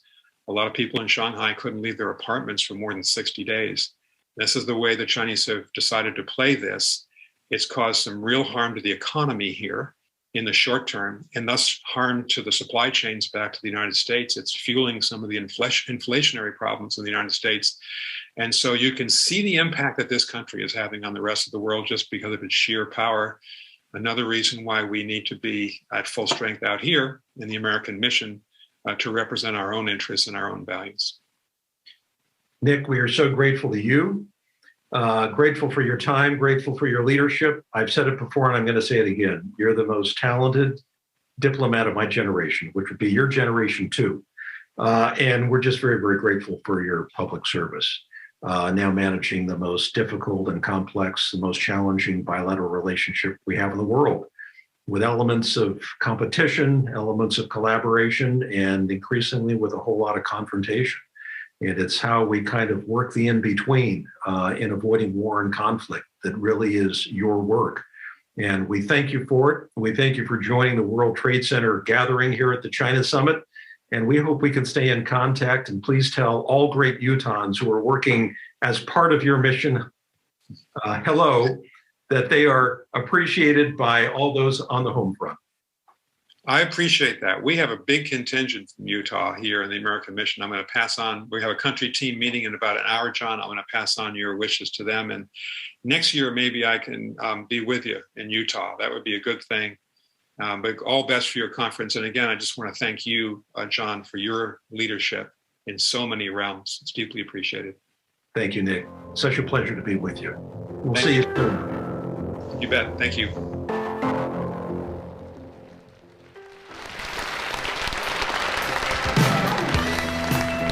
There were so many valuable insights in that conversation, and what resonated so strongly for me was actually a call to action.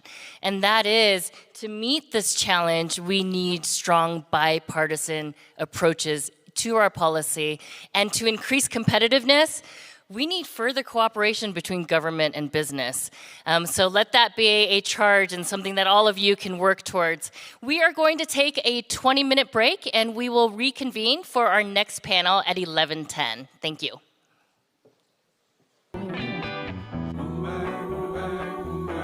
Welcome back. It's great to see so many conversations happening. We are going to begin.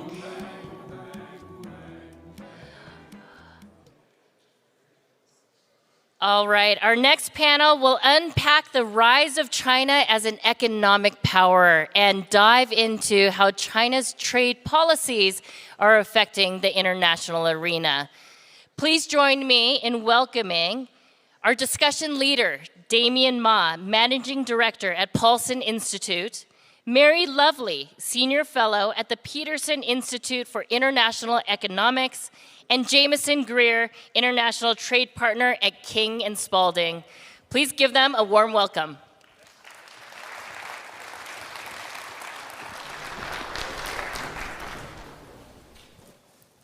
Can you all hear me? Okay, great. The mic is working.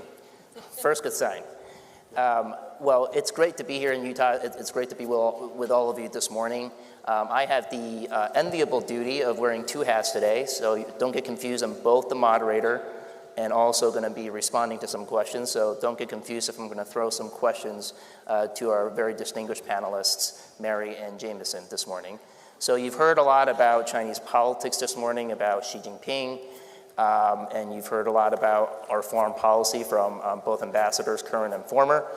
So I think it's only natural that we get to the Chinese economy as the natural follow-up. And so this is something that I think probably will have more business relevance as well.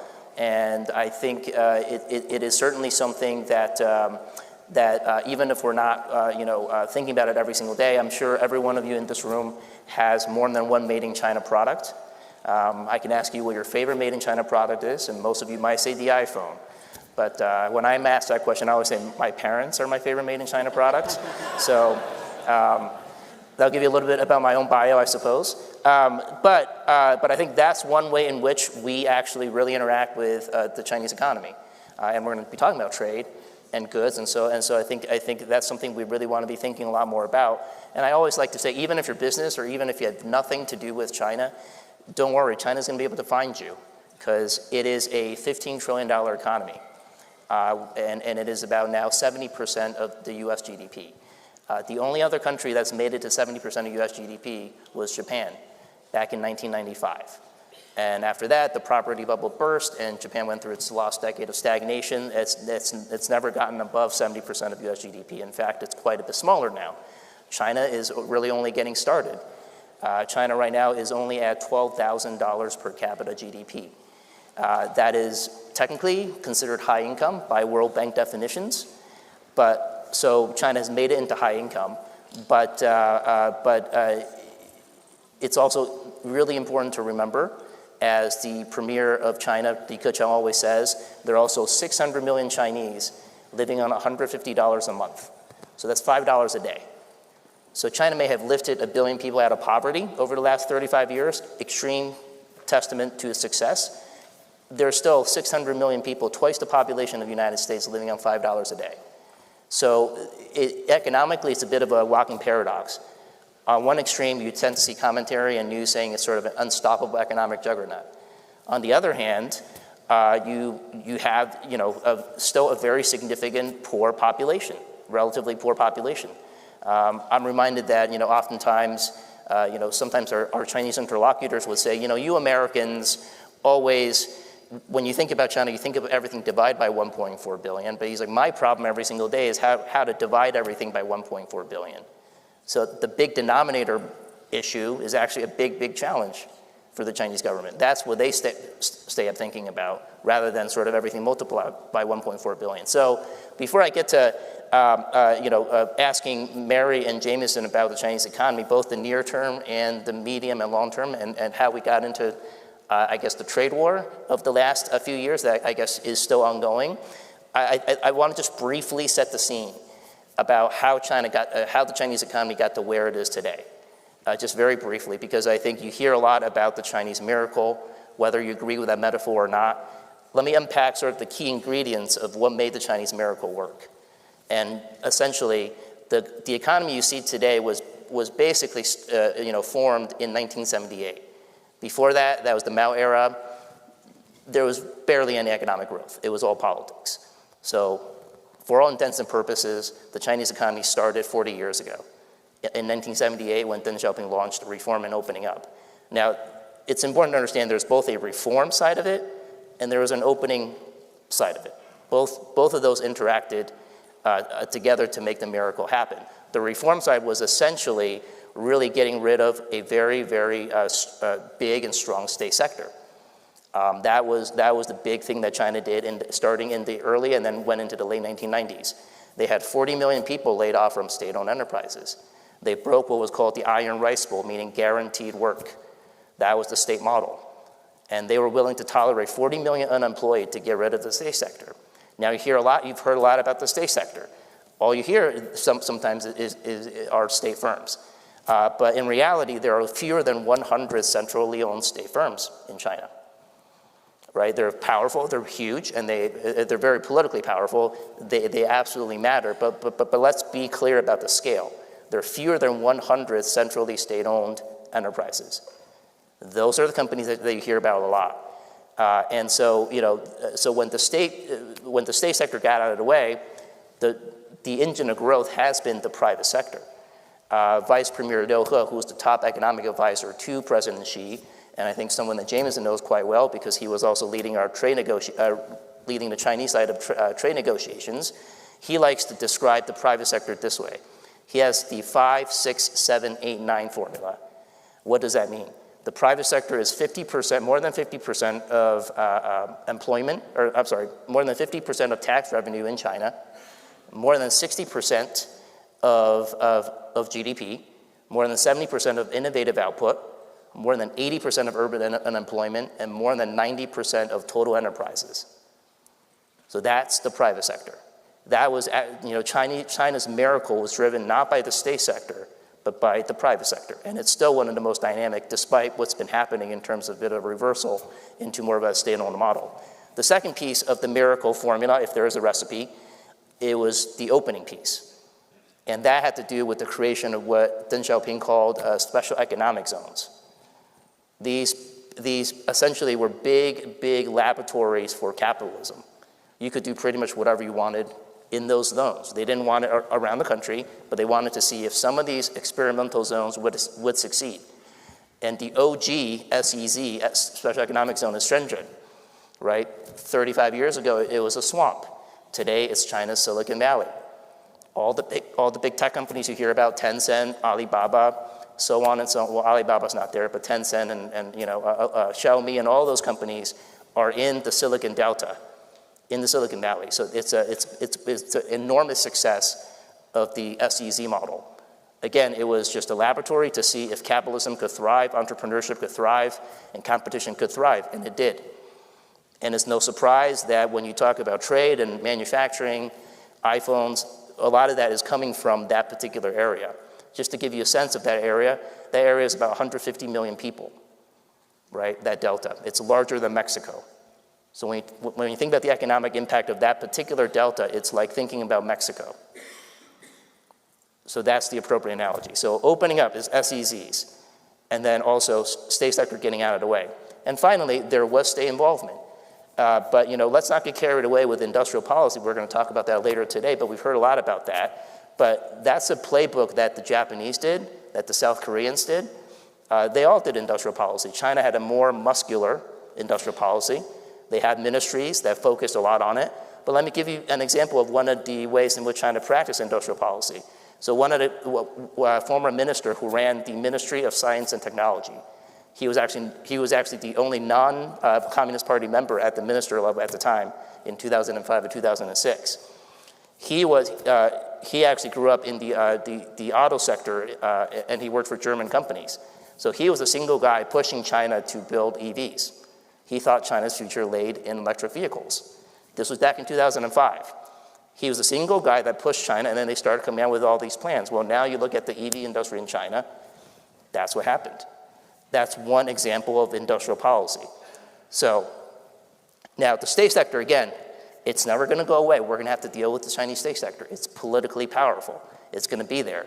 But let's not mistake it as sort of the most important part of the Chinese economy, because it is not. Numbers-wise, dynamism-wise, profit-wise, I can show you all kinds of data, which I'm not going to bore you with today, but the private sector is by far the engine of growth. The way to think about an easy analogy, if you'll bear with me for just 30 seconds, if you think of the Chinese economy as a car, if you reverse engineer that car, what are the key pieces of that car? Well, the state sector would be the shock absorber. So when there are down cycles, the government can tell the state sector, well, let's increase supply in steel, cement, or what have you, and that's going to perhaps mitigate inflation. Or sometimes it will tell state sector to buy things when there's lack of demand. So it's almost an instrument in fiscal policy. It's the shock absorber in economic cycles. The private sector would be the engine of the car. It would be the growth engine. And the Communist Party, well, it likes to think it's the steering wheel, and sometimes it steers it into some wrong directions, but basically that's how that system works. And that's where we're at today. But we're seeing cracks in the current China model. I don't think I'm exaggerating, to say that even the Chinese government recognizes it, and I think we're going to get to a lot of that about what are some of the constraints on the Chinese economy, both in the near term and also in the longer term, and also how U.S.-China economic tensions kind of factors into the economic picture. So Mary, let's begin with what's happening now, I suppose, because zero COVID is obviously still weighing on everyone's minds.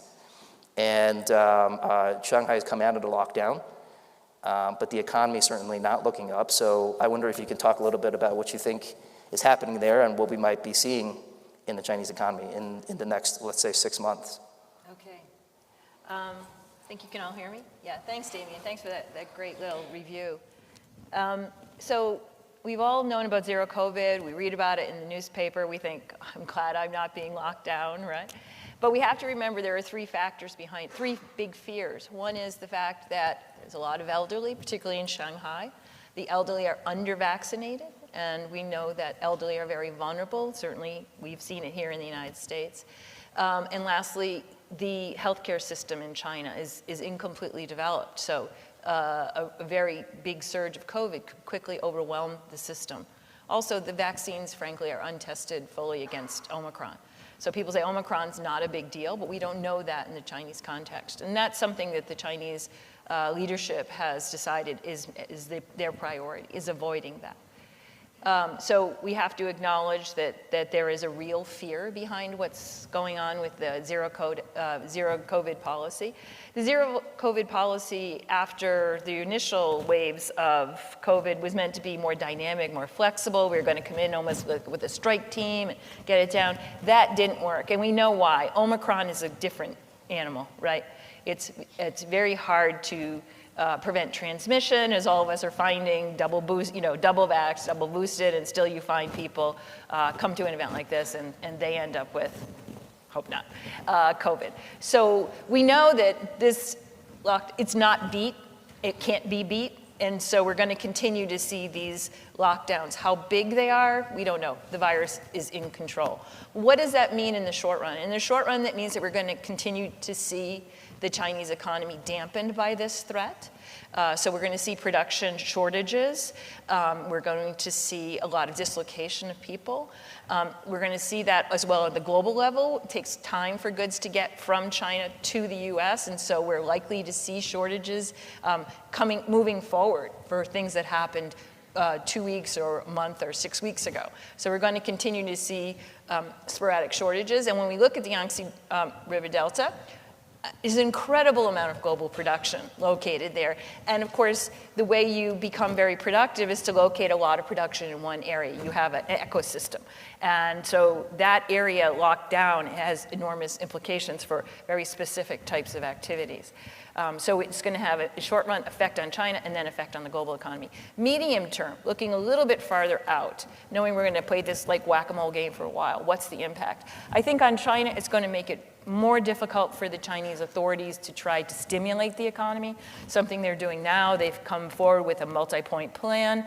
How do you get people to consume when they think, okay, once I've restocked my shelves, I'm going to keep them stocked, but I'm going to hold on to a lot of precautionary saving because I could be out of work for an extended period of time. So they're going to have trouble stimulating the consumption-led growth that they want.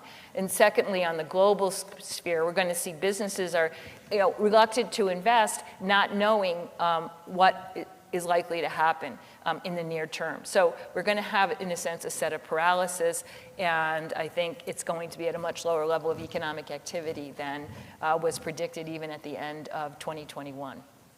And not to mention that the property sector hasn't been doing too well going into COVID lockdowns. And for those who have some passing knowledge of the Chinese economy, the property sector is enormous. It's roughly sales are about total property sales is about 15% of Chinese GDP, which is staggering. And so anytime you have a slowdown there, it's going to have knock-on effects on commodities, on steel, cement, all heavy industry. And couple that with COVID, in the near term, the economic outlook is just, there's not going to be good news. And so the key question is, how do they bounce back from that? And I think you made a really interesting point, and it's been actually remarkable how little they've stimulated, given the a potential economic crisis. And we can go into some reasons why, but part of it is I think they're actually constrained when our Federal Reserve is heading into a very aggressive tightening cycle. They're very reluctant to stimulate too much, especially monetarily, because that's going to lead to capital outflows. And they're terrified of that because they had a really bad experience in 2015 with enormous capital outflows. They had to spend upwards of $1 trillion in foreign exchange reserves just to prevent that, that crisis. So the Central Bank of China is essentially in a rock and a hard place. They can't stimulate that much because of the Fed, and they're just going to have to, I think, see how far the economy goes in the near term and see how it bounces back up in the third or fourth quarter. So that really is not a great picture if you're tracking Chinese growth in the near term. But let's go back to talk a little bit more about sort of thinking about medium to long-term prospects, right? China, it's 2022. I think you heard earlier that China basically does want to become probably the world's biggest economy by 2035. That's essentially the economic goal if you think about, President Xi Jinping's medium-term plans, which they released alongside the 14th five-year plan this time. So they released a midterm 2035 plan and a 14th five-year plan. And the midterm plan goes to 2035. And there, essentially, if you read it closely, it means essentially doubling their GDP from a few years ago, which, depending on how you forecast growth rates, that would put China slightly above the United States by 2035. I guess just sort of out of the box question, what do you think the average American's reaction would be if every single newspaper in 2035 started blasting China, now the world's largest economy, surpassing the United States? Jamieson, what do you think?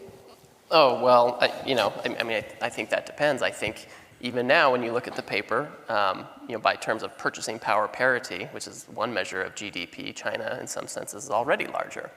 So I think there's already deep concern in the United States about China's economic position.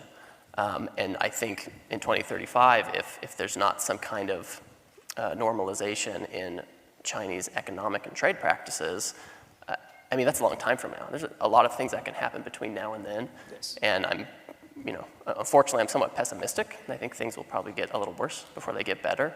I think it's important for everyone to understand, and for this conversation, that China is not a free market country. It's not a free market economy.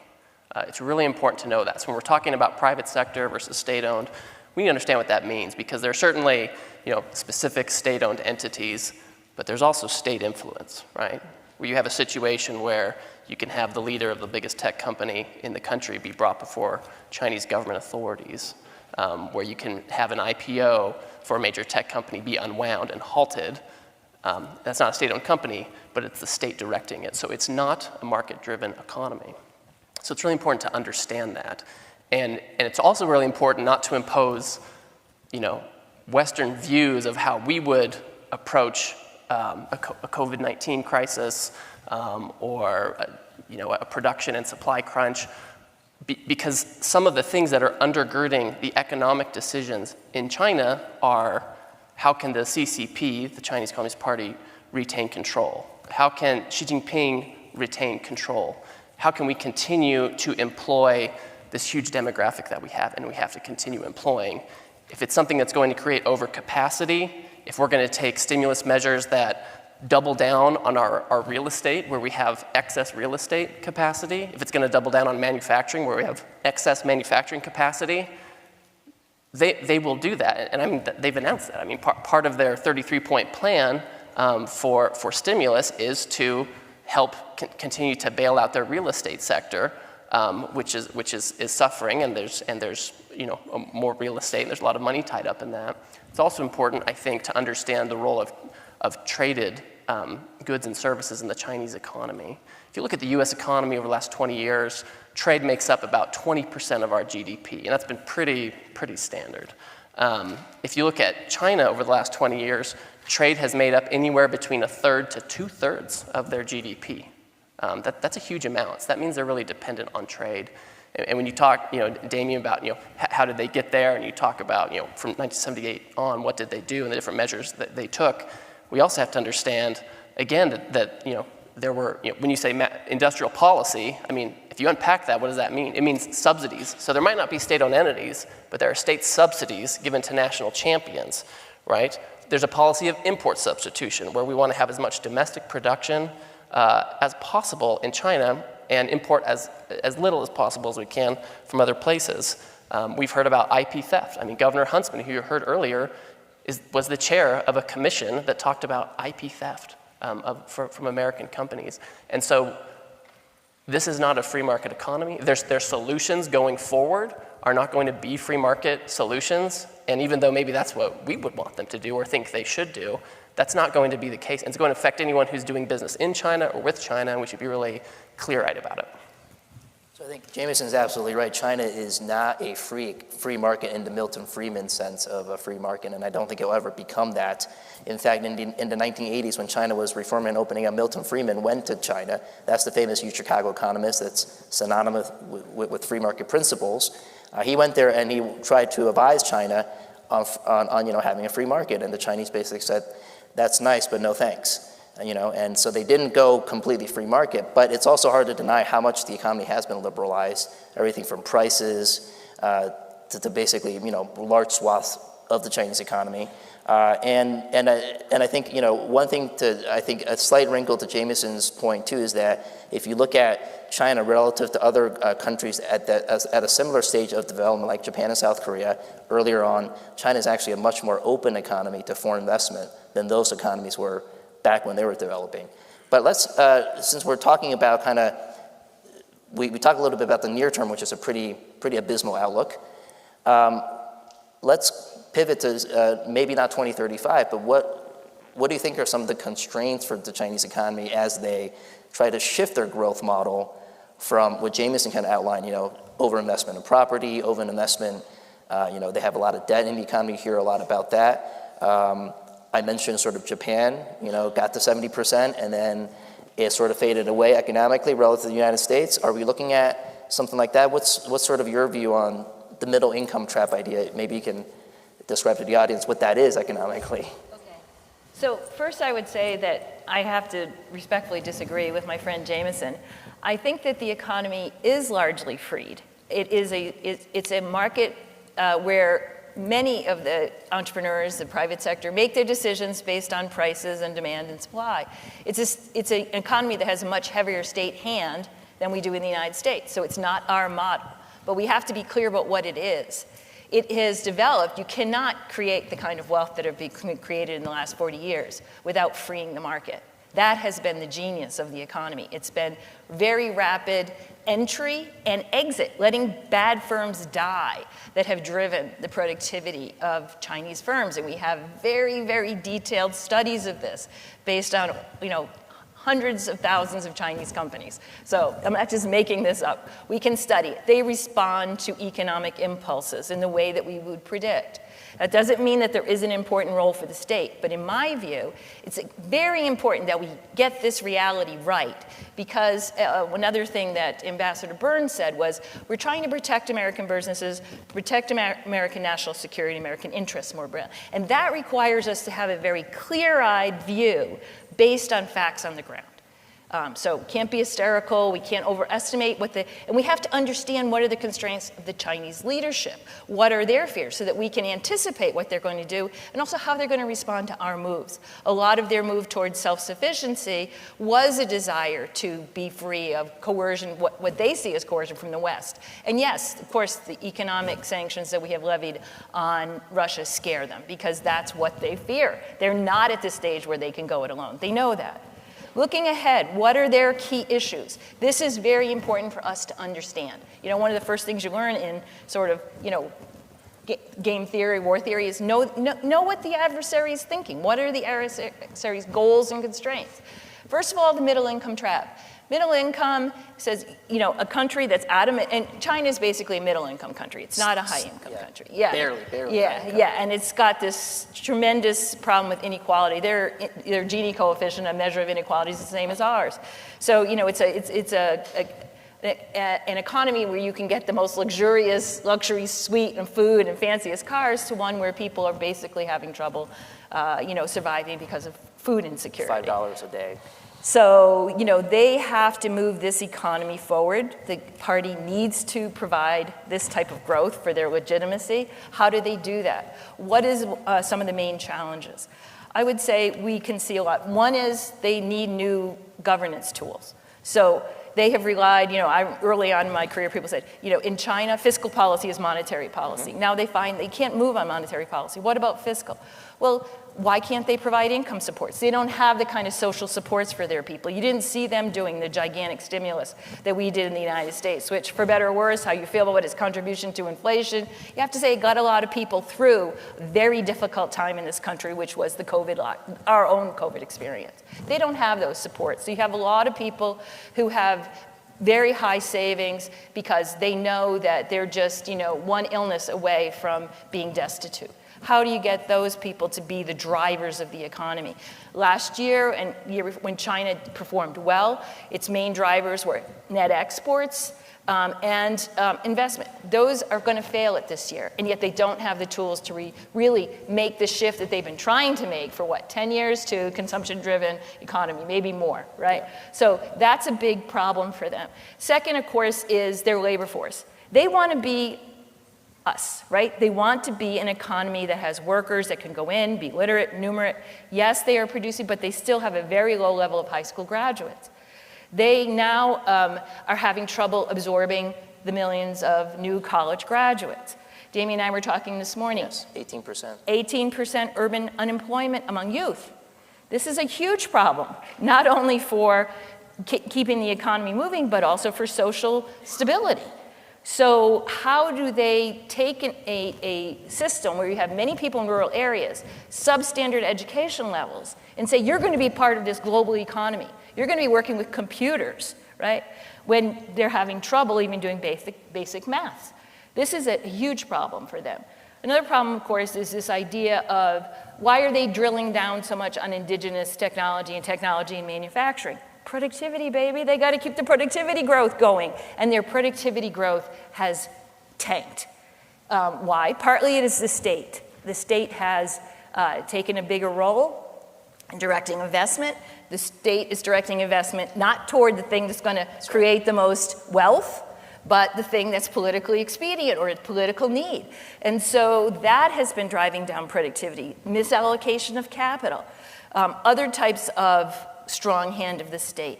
So their miracle growth has really slowed. And how do they revive it?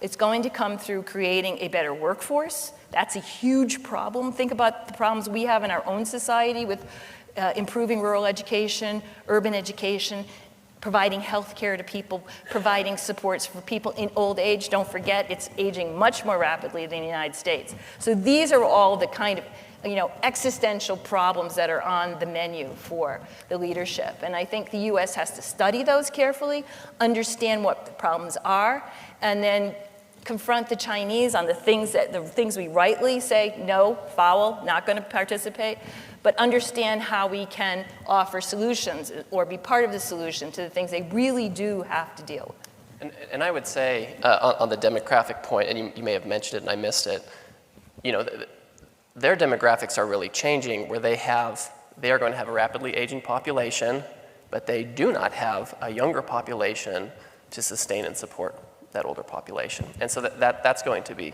I think, a big challenge for them. How are we going to deal with welfare type issues for this aging population when our labor base is actually smaller than it was? So that's going to be a big issue. The other thing is, on the long term, what are they going to do about trade relations with the West? I think we'll get into this in a little bit. But right now, the United States and Western allies have imposed significant export controls, prohibiting the export of certain technologies and items and software and things like that to China. You're probably all well aware that the United States has substantial tariffs on Chinese imports. The United States controls and scrutinizes investment from China. There is talk in the United States, more than talk, there's a bill in Congress right now suggesting that we need to be scrutinizing outbound investment to China. And for a country whose GDP is 33% made up of trade, this is significant. And so how are they going to, what are they going to do, right? I mean, are they going to change some of these non-market unfair trade practices that the US and other countries are rightly concerned with, and maybe find a way to ease those trade tensions? I mean, right now we're in a little bit of a freeze with those kinds of measures, it seems. It doesn't seem to me, based on my interactions when I was in the government with the Chinese helping negotiate the Phase 1 agreement, when we suggested, hey, here are some ways that you can change these trading practices and maybe we can come closer together, the Chinese government, the Chinese Communist Party, was not open to doing that. And so we had a Phase 1 agreement which suggests that there's a lot more out there that would need to be fixed. That's a really excellent point. And if I can just quickly summarize, and we're going to actually get back to the trade issue momentarily, but in terms of medium-term challenges, Mary and both Jamieson brought up some really important issues. And if I could summarize, for the sake of simplicity, I'll call them the 3 Ds, I would say, are the key constraints on the Chinese economy: debt, demographics, and distribution, meaning wealth distribution, right? So the 3 Ds, if you take away anything, debt, China's at 264% to GDP debt to GDP ratio, which is quite high. It's not as high as certain developed markets, but for a country of that stage of development, it's quite high. And that's also one of the reasons why it doesn't want to stimulate, because to the extent it stimulates, you can bolster GDP, but that debt ratio is going to go up too, right? So they have to make a choice. Do we care about the GDP target anymore? Or do we care about bringing down the debt to GDP ratio target? And right now, it's the debt to GDP ratio target that matters a lot more. So they're not stimulating. They want to control financial risk. Demographics, absolutely. Over the last 10 years, China's working age population has shrunk by 5 percentage points just in 10 years. It's increasingly moving to Japan levels of an aging society. And for those of you who don't know, China has an extraordinarily low retirement age, 60 years old for men and 55 years old for women. And so that's sort of the mandate. And so they exited workforce quite a bit earlier than other countries. And so that's a big problem. And we haven't gotten to the one-child issue where basically you have 1 kid supporting 2 parents and 4 grandparents. So you have an inverted pyramid problem when it comes to entitlements and pensions, and the Chinese call it the 4-2-1 problem. That's a huge problem. And finally, Marriott mentioned redistribution, distribution of wealth, inequality. There's such concentration of wealth in the deltas, and where all the companies are, where all the where the provinces are doing really, really well, but you go further out to the hinterlands, not doing so well. And then when you hear things about ghost cities and empty apartments, that's where they are, in those hinterland provinces. So debt, distribution, and demographics are kind of the key constraints on the Chinese economy. And so they've done really well, catching up to 70% of US GDP. The next 30% is going to require a fundamentally different economic model, and we're seeing that shift in real time. And it's going to be disruptive, and it's not going to be easy. Yeah, I mean, I think that's what I was talking about in terms of new governance tools. Yes. They don't have the fiscal system necessary to provide the social supports, which are mainly at the local government level. But the local governments don't have the revenue to support this. And the model by which local governments raise revenue through property development is, as we've seen right now, is not viable. So how are you going to provide the hospitals, the pensions, the improved education levels that people want? This is a huge challenge for them. And also to your point about high savings, is because they just put their money in property because they view that as a safe asset. Right. There's not a lot of diversified assets for which the Chinese household savings is multiple trillions of dollars. There's a lot of money if you can tap into that savings pool, but they just put it into housing. Yeah, yeah. I would add a 4th D, and it would be deteriorating foreign relations, which yes. I think. Yes. I think 4 Ds. Yeah, yes, I mean, just look at what just happened to Russia. Okay, just look at this. Obviously, different situation. U.S.-Russian economies are not anywhere near the level of economic integration and relationship. But you can see a situation where we have a China where the Chinese Communist Party and the leadership are being driven by goals that are not the kind of goals that you would have in a market-driven economy, okay? And so you have to understand that they view a lot of their economy, whether they're specific state-owned entities or national champions that aren't state-owned that they want to influence, they see them as tools to further Chinese Communist Party interests, okay? And so as we see a deteriorating foreign relations, Chinese ability to interact with the international economy can become constrained. If you look at 2020, okay, 2000, China had a GDP of 1.2 trillion. That's pretty big. That was the year they entered into the World Trade Organization. And when that happened, they were able to get permanent market access to countries all over the world, okay, especially the United States, the EU, where they had enjoyed a lot of market access, but it wasn't permanent. It wasn't something that, it was something that had to be renewed every year, where they would get preferential duty treatment, where they could bring things in at a low duty rate. In 2000, they came to the WTO. They were able to get permanent certainty that they'd be able to export to the United States. And so what did you see? I mean, this is pretty normal. You saw a lot of manufacturing go to China, because now it could be a permanent hub. China had all kinds of regulatory arbitrage they could do, no labor unions, forced labor in some instances, very low environmental regulations, right? These aren't really competitive advantages, right? These are kind of manufactured advantages.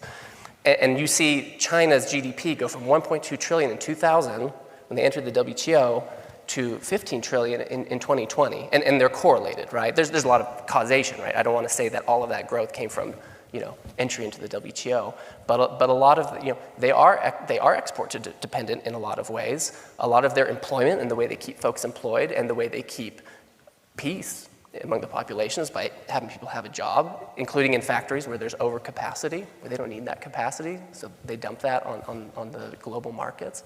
And so as you see deteriorated financial or economic relations, if they start to lose that access, or at least lose the certainty, you'll see what we're seeing now, what I see now with some clients, where they're setting up a second supply chain. Maybe they're staying in China, maybe they're getting out, maybe they're moving to Indonesia, maybe they're setting up 2 supply chains, and they have to take that into account.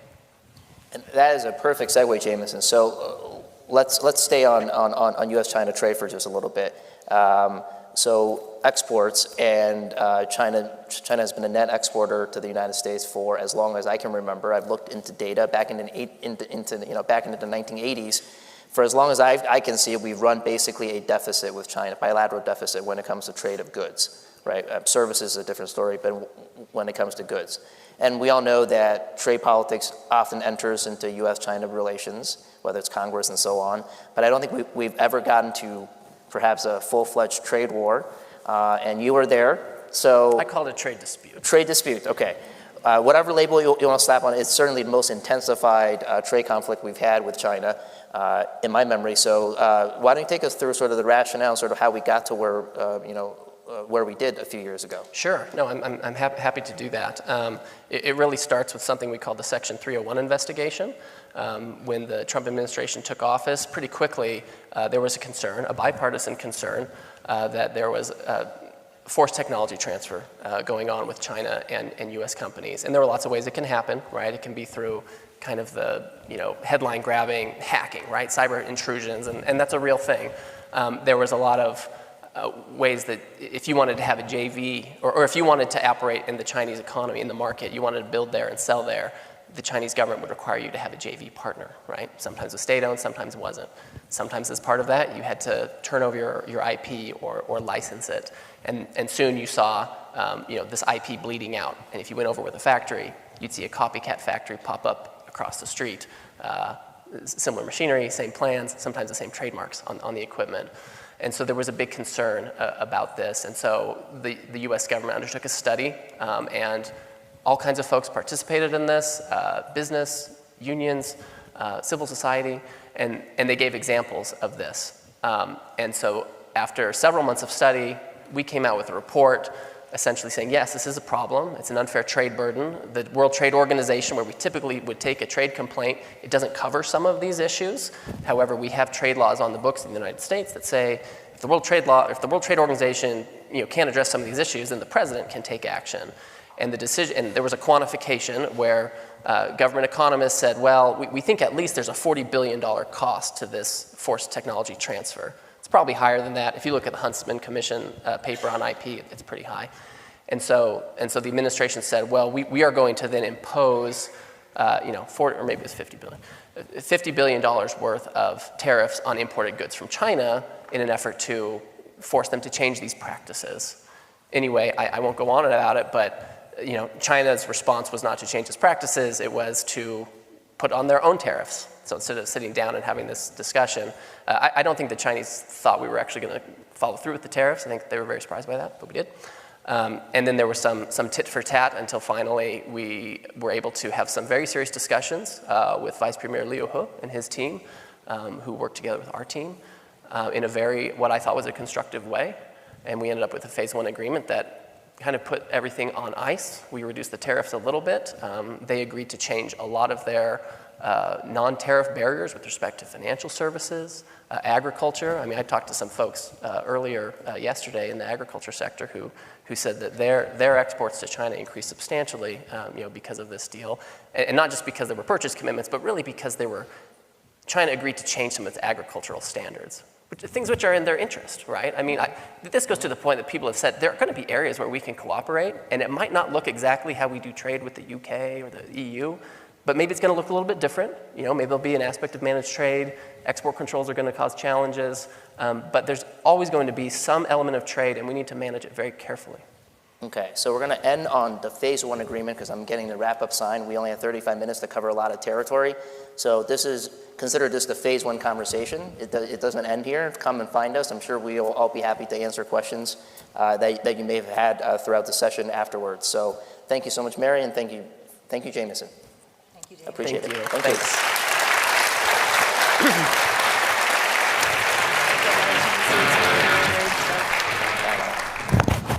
I wish there was more time for these insightful conversations that we're having. This morning, we have gained some important insights on China's current position in the world as a geopolitical and economic power and what that means for the United States and beyond.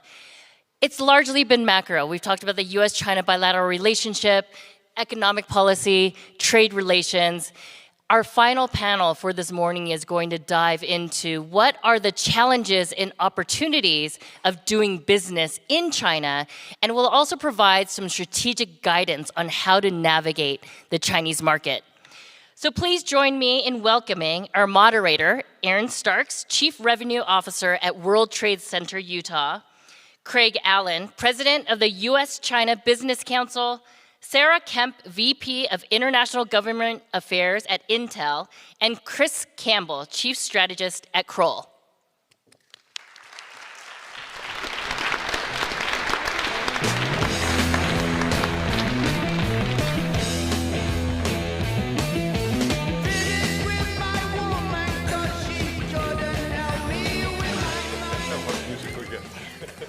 I think we had the best music. That was pretty good.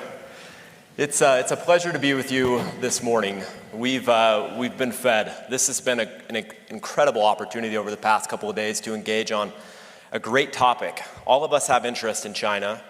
All of us are impacted by China in various ways. The title of this panel is Business Intelligence for Navigating China. That's just a fancy way of saying what makes China a global destination for businesses right now. And so I want to break that out, and hopefully as we have a discussion, we can answer a few questions. One, what's happening in China right now? Okay, amidst of a global pandemic, supply chains, et cetera, et cetera. Two, what opportunities exist for Utah companies exploring China as a market? And three, what are the risks associated with those decisions? I'm joined by a wonderful panel. We have Craig here, President of the US-China Business Council. Craig, thank you for coming to Utah. We have Sarah Kemp, who's Vice President of Global International Affairs from Intel. Intel's an incredible organization that we all know. Then we have Chris Campbell, who's Chief Strategist at Kroll. So we're going to take the conversation from a broad approach. Let's start at 30,000 feet to begin with. Craig, if you don't mind, I'm going to put you on the spot here. In light of the challenges that we've all experienced over the past 3 years, a global pandemic being one of them, supply chains, the zero COVID policy. What's happening from a macroeconomic standpoint in China? Sure, terrific. Well, thank you very much, Aaron. And I'd like to take a second to thank the university and its wonderful president, and also the World Trade Center. It's a real honor to be here. I would say that from a microeconomic perspective, U.S. exports and U.S. companies have in fact been doing very well in China, despite all of the political headwinds. So you don't have to believe me, the numbers speak for themselves. U.S. exports to China last year increased 21% to a record. The year before that, 17%. So over the last 2 years, U.S. exports to China have increased almost 40%. That's a really good showing by any metric. I would say Utah is an export powerhouse as well. About $1 billion worth of exports, about 7,000 Utah residents employed in exporting to China. And I'm sure that that could be increased very significantly as the industries that you're working in are very much consumer-driven and very, very welcome in China. In addition, again, from the microeconomic perspective, American investment in China has been increasing as well. The numbers are not as clear, but we had probably a 15-20% increase in American investment last year. And I agree with the previous speaker that the Phase 1 agreement helped that, but really more fundamentally, last year's 8% growth in the Chinese economy drove a lot of imports into the market. As we look at this, it's kind of hard to talk about all companies or all exports. What I would say is that in a number of areas, it's a green light, full speed ahead. Consumer goods, consumer services, such as travel and education, energy and agriculture. There are no barriers here. There's no national security concerns whatsoever. In a little bit less certain, but still extremely bullish and moving ahead very rapidly are industrials, petrochemicals, automotive. Life sciences are a little bit more complex, but also moving ahead. And all the problems that we've heard about are more constrained within certain industries, be it high tech or aerospace and telecom, a few other areas. But generally speaking, let's not take the difficulties over tech and assume that those same difficulties prevail over all the economy. That's not true. In consumer goods, meat, where Utah is doing very well. In travel and education, where Utah is doing very well. In cosmetics and dietary supplements, where Utah is a superstar. It's a wide open and free market, and I'd encourage Utah companies to explore. I love what you said. Many of you may or may not know this, but 40% of the freight in the United States flows through the state of Utah, which literally means that we are the crossroads of the West. We have the I-15 and I-80 exchange. That corridor allows free-flowing freight. We've got a very robust inland port initiative taking place right now. So Utah companies are positioned to perform on the worldwide stage, and that's great. But as we look at China, and I'm going to put you on the spot a little bit more here. Why would we continue to look at China given that there are supply chain disruptions?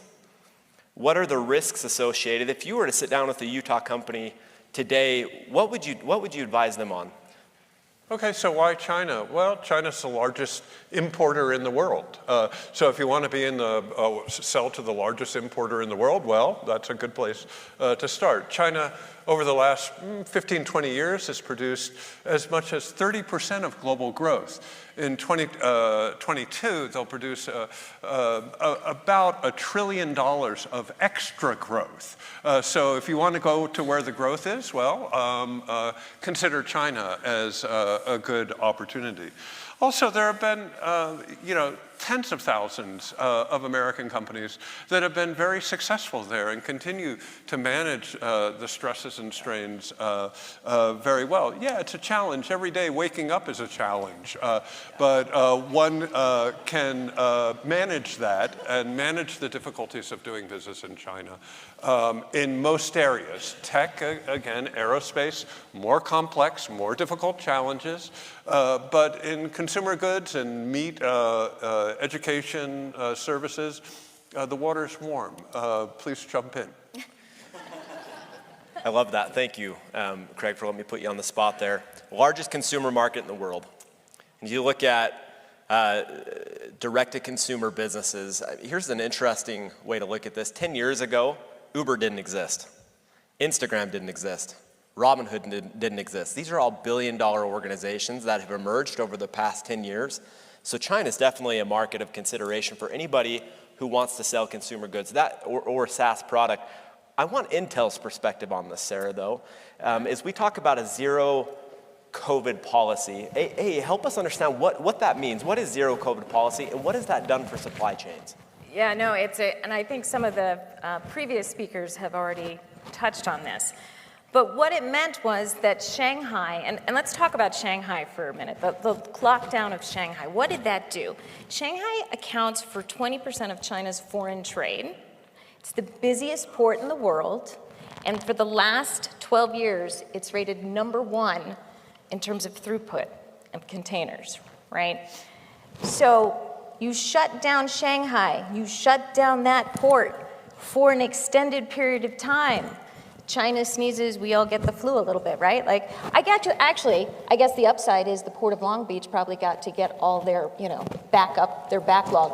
Hopefully they've dealt with it, is the upside. I hope. But what did that cause? What were some of the impacts? Well, Apple, in its 10K, said if you look at the next quarter, the supply chain constraints caused by the shutdown could be a $4 billion impact for Apple, right? Tesla lost a month's worth of production due to the shutdown. Hynix, which supplies Apple, said the lockdown had the biggest impact. And that why? Because the port, when you looked at it, it had 175% increase in container dwell time in March. And that was up from March was 175 and April was even higher. So ships are waiting longer to get loaded. What does that tell me? That tells me that it's not just the shipping, it's the trucking, it's getting to the port. And I would say we also, experience challenges in terms of just moving product. 70% of all of your laptops went through Shanghai in their creation.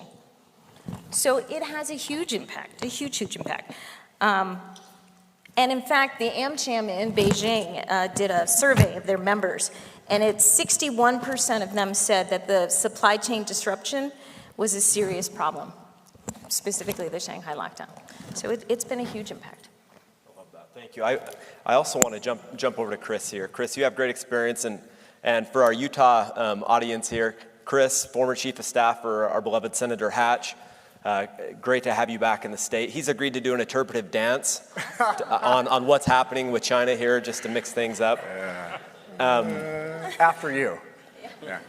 But let's touch on the financial sector a little bit. The last report I read showed that China was #4 worldwide for FDI receiving. That obviously covers a number of industries and sectors and so forth. Given what's happened with Hong Kong and China, how do you see that affecting financial markets down the road? And also, is Hong Kong still a viable financial sector for us as we look at investments in the future? Yeah, it's excellent. First of all, it's incredibly great to be back in Utah. Any opportunity to come back, it's wonderful, and I know we all regrettably now miss the former Senator Hatch, the late Senator Hatch. Anyway, thanks for the invitation, and thank you so much for your hospitality. Look, Hong Kong is presenting a real challenge. I think what wasn't mentioned, I used to be Assistant Secretary of the U.S. Treasury under the former administration prior to going into private practice. And now I help run large financial firms and many companies. And one thing I've learned is that you can kind of step back, and when you're in the real economy, and you hear what the Democrats and Republicans are saying, irrespective if you were a policy before or not, if they agree on something, listen. Right, so if you hear Nick Burns and the former deputy director of the National Security Council of the Trump administration agreeing on China, that's a real challenge. And it's going to present a real challenge for us in the private sector. So that's just a reality, right? Fortunate or not, we in the private practice and the people who create companies, we have to respond to the coming challenges. Yes, there's no question that there's been an enormous amount of FDI flow, but again, from my Department of Treasury's perspective, the U.S. has the largest and most robust financial institution sector and a network of the entire world, which is why, it's actually genuinely why the sanctions we've opposed with our partners against Russia have been so effective. This is a coming threat. China has now digitized the renminbi to try to get around them, as did Russia. But again, all significant problems, let's step away from the policy and just recognize that there are challenges ahead, which means there's going to be supply chain challenges and other things that the businesses are going to have to respond to. Hong Kong, regrettably, again, hearing it from both sides of the aisle. I remember when the UK surrendered Hong Kong to China. China made a commitment for a long-term one China, two policies. That didn't last very long, right? So now, go to Hong Kong and try to present a unique or different position than Beijing. You're going to run into some real challenges really quickly. These are the same things that non-government businesses have to work on. So I think that was one of our previous speakers suggested some of the unique zigs and zags of the Chinese market. The stock market has done. Hong Kong used to be a worldwide center for finance, but now, because of the challenges that China has had in the past, it presents unique issues. But now in business, every problem has a private sector solution, and it's up to us to innovate and try to find creative ways around it. And so, and that's what I do. That's what I do today, and help so many companies out in that process. So again, massive challenges, but for every challenge, there are unique opportunities. And American ingenuity and American innovation is the best in the entire planet. And I know for a fact that we will innovate around our way around this and try and solve these problems in a way that I think will lift all boats. Innovation is a great segue into the next question. And I'm going to stay with you, Chris, and then I'd like to jump back to Craig and get your thoughts on this. But I recently became aware of a term called the Silicon Shield.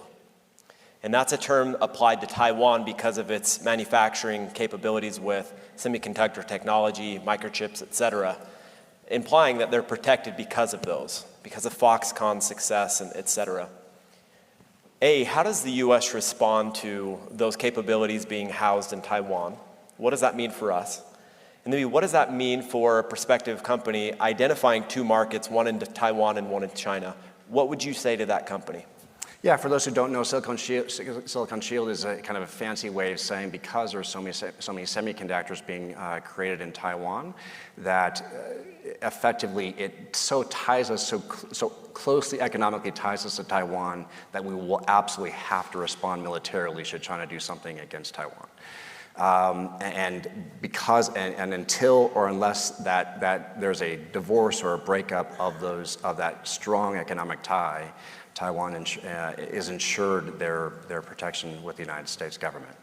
I would also suggest that, in fact, what many of you don't know is Senator Hatch actually was the author of an act that's now a law called the Taiwan Relations Act that suggests and puts any advance on Taiwan militarily as an advance to the United States. We must defend them as if we would defend ourselves.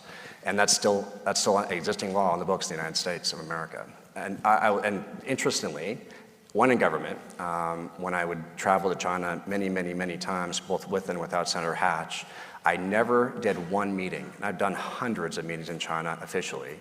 I never did one meeting in China if I was with the dog catcher or with the premier or vice premier, where the meeting did not begin and end with Taiwan.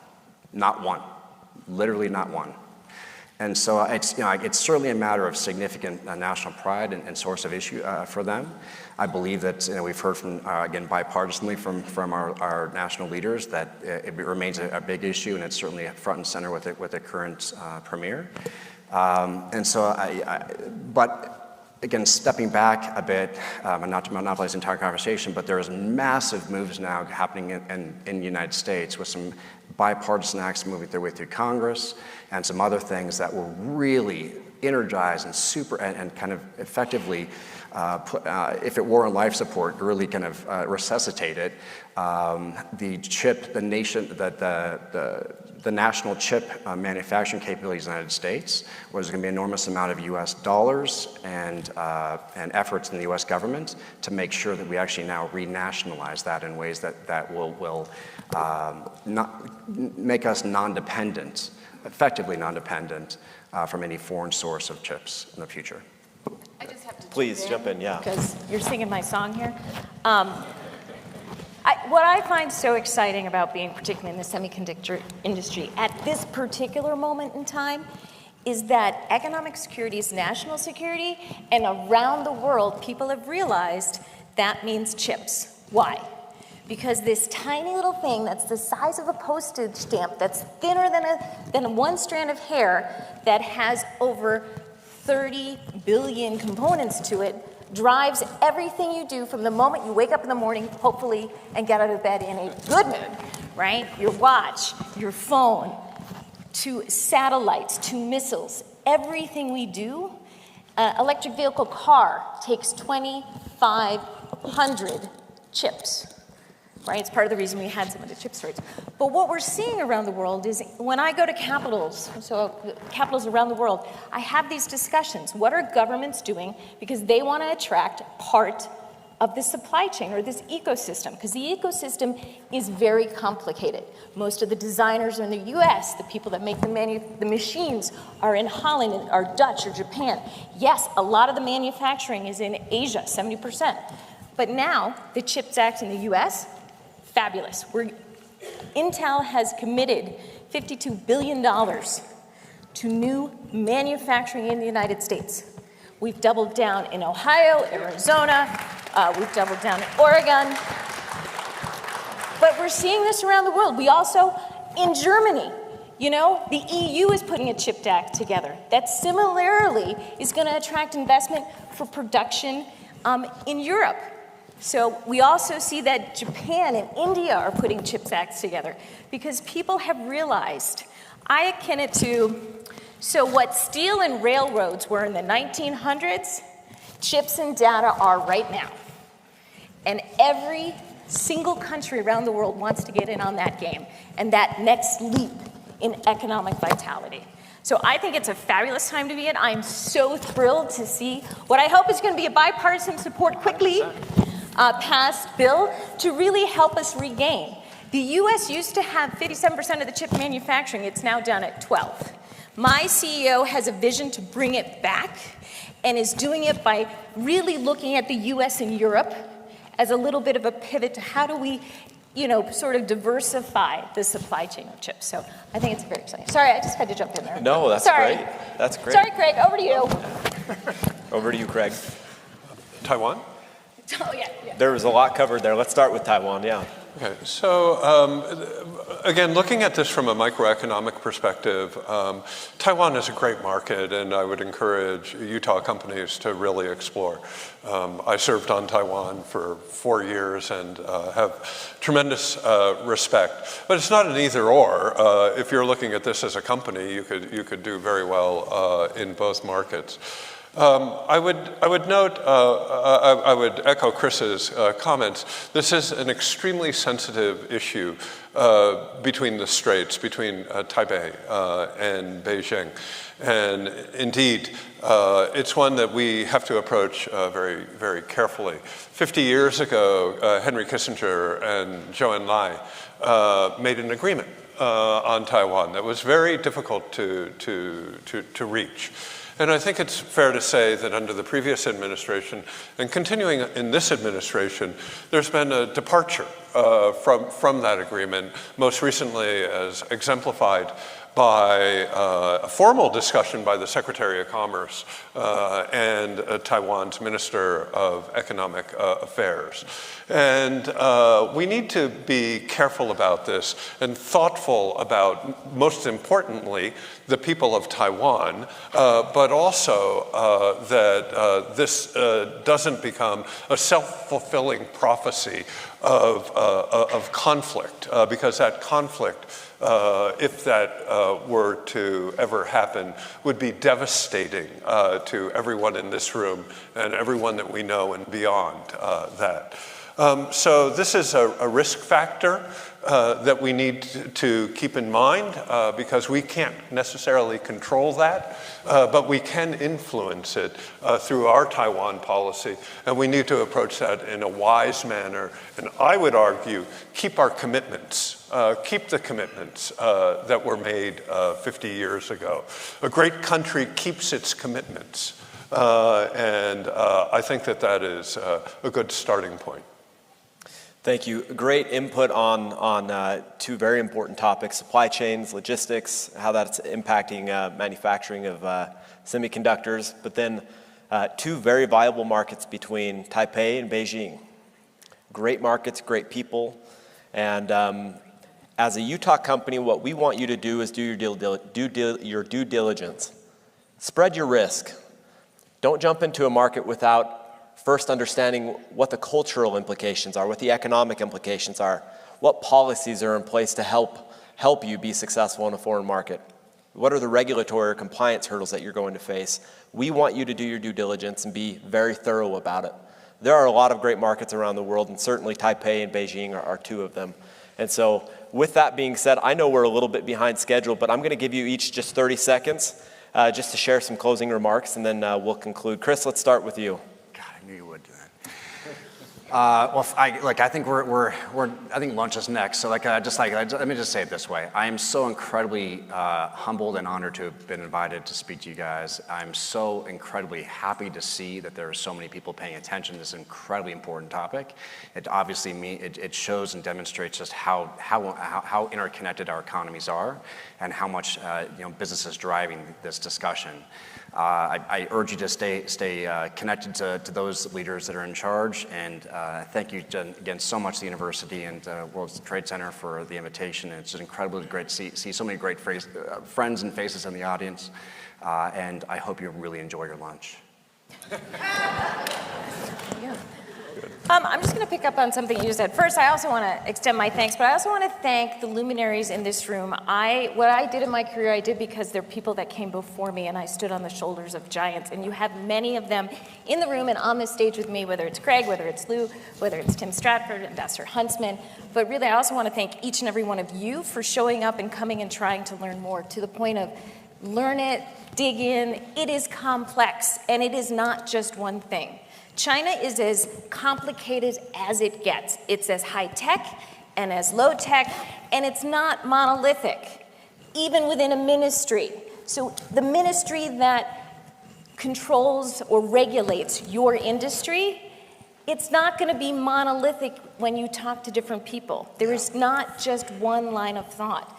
Understand on a personal level who you're sitting across from, what drives them.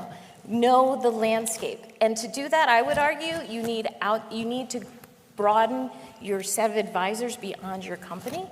I'm not endorsing any particular one, even though Carl's up here, but I would just say, broaden your data points. Talk to everyone you can. Talk to the chamber, talk to the council, talk to everyone you can, because it is so complicated. And yes, let's go to lunch, but I know we have to. Let me just say in closing that Nick Burns, Ambassador Burns, was absolutely right, that this is the most important bilateral relationship in the world. And indeed, the global innovation ecosystem and our children's welfare will be determined by how well we manage this situation. And it's extremely tense right now on a political, on a geostrategic level. And let me argue that business has a very important role to play, a positive role, in providing the ballast of the relationship, of providing jobs to our communities, of increasing understanding, and I will argue in increasing and improving human rights in China through our presence, through our investments and our trade in China. Business plays a remarkably positive and constructive role within this relationship ever since 1784, when the first ship sailed out of New York Harbor. That is more true today than ever before. And I encourage all the business people in the audience to take a look at China and let us know if we can help. Thank you. Let's go ahead.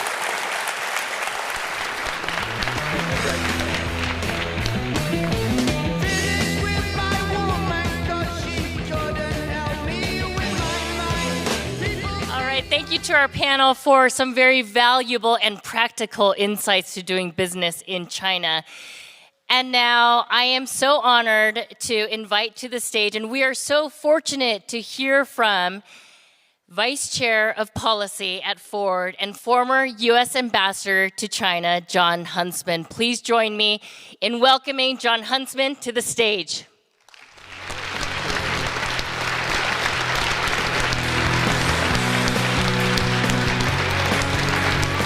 Thank you.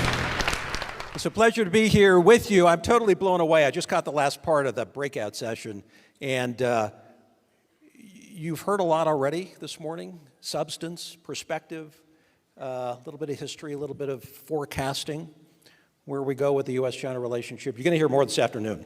So it's going to be really good. I'm sorry that I wasn't here earlier today. We have supply chain issues, as my daughter would say. We have supply chain issues in this country, including pilots, come to find. Not enough of them to fly us around. But I just want to extend deep thanks and gratitude, first and foremost, to the speakers who have taken time to join us here.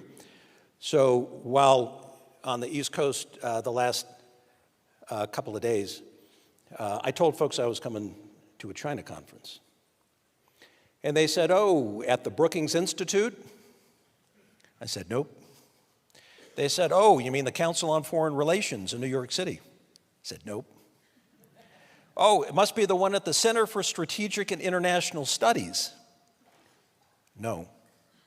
I'm going to UVU. Huh? Huh? So this is great. We need a new locale for new thinking. We need a new generation of people who are going to take a look at our pacing challenge of the century, which is China.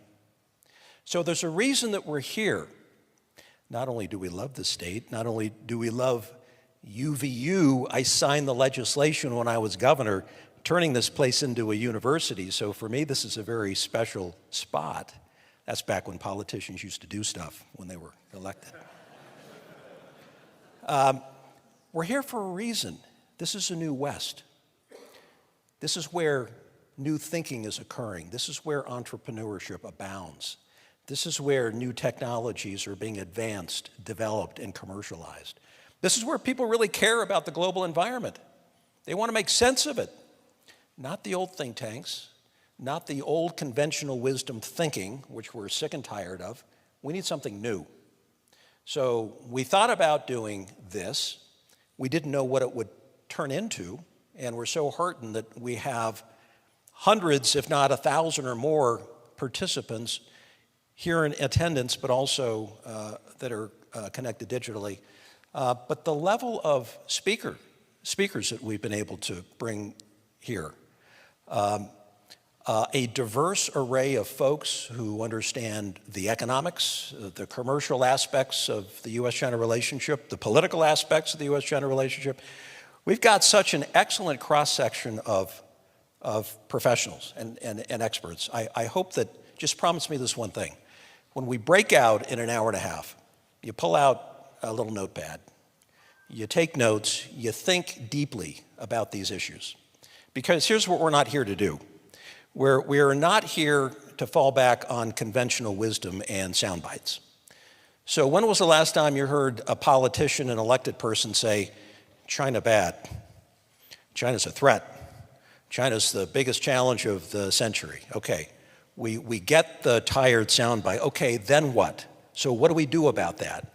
You know, we've known for a long time that the most ascendant challenge of the century would be China. So what do we do about it?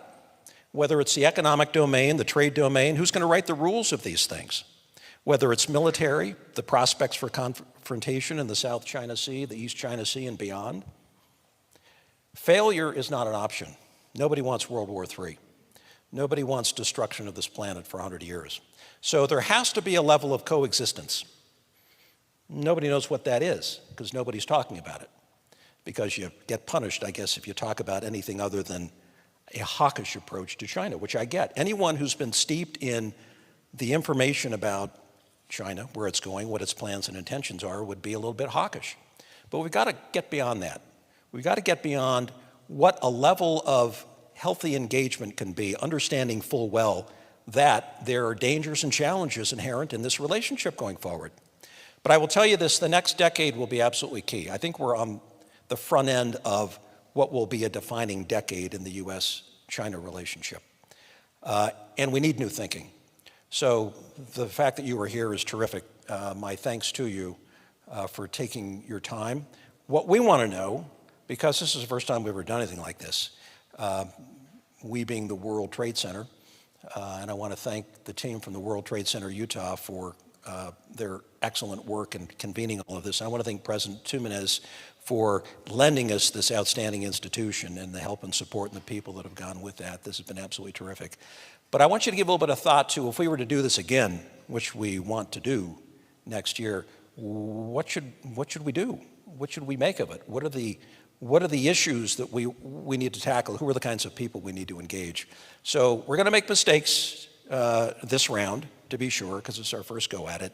All we know is this issue set is the most important we face as Americans.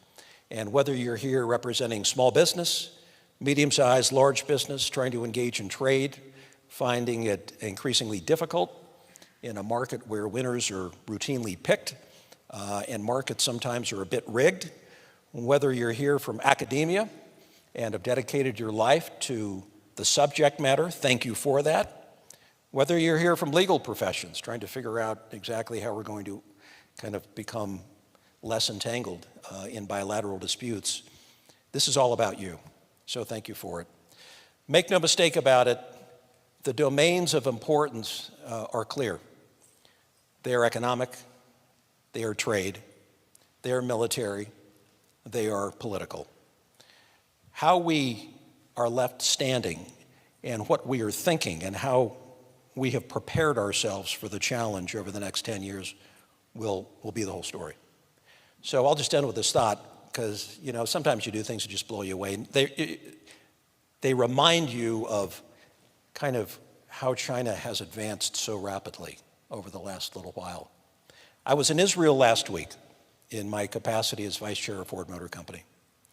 And I got in a driverless car, Chinese car, beautifully designed, styled, and executed. Perfect. With level 4 autonomy. Now, anybody know what level 4 autonomy is? In your car today, you might be driving with L2, maybe L2.5 if you have a really fancy car. Hands off, feet off. It can keep you within the lane, so on and so forth.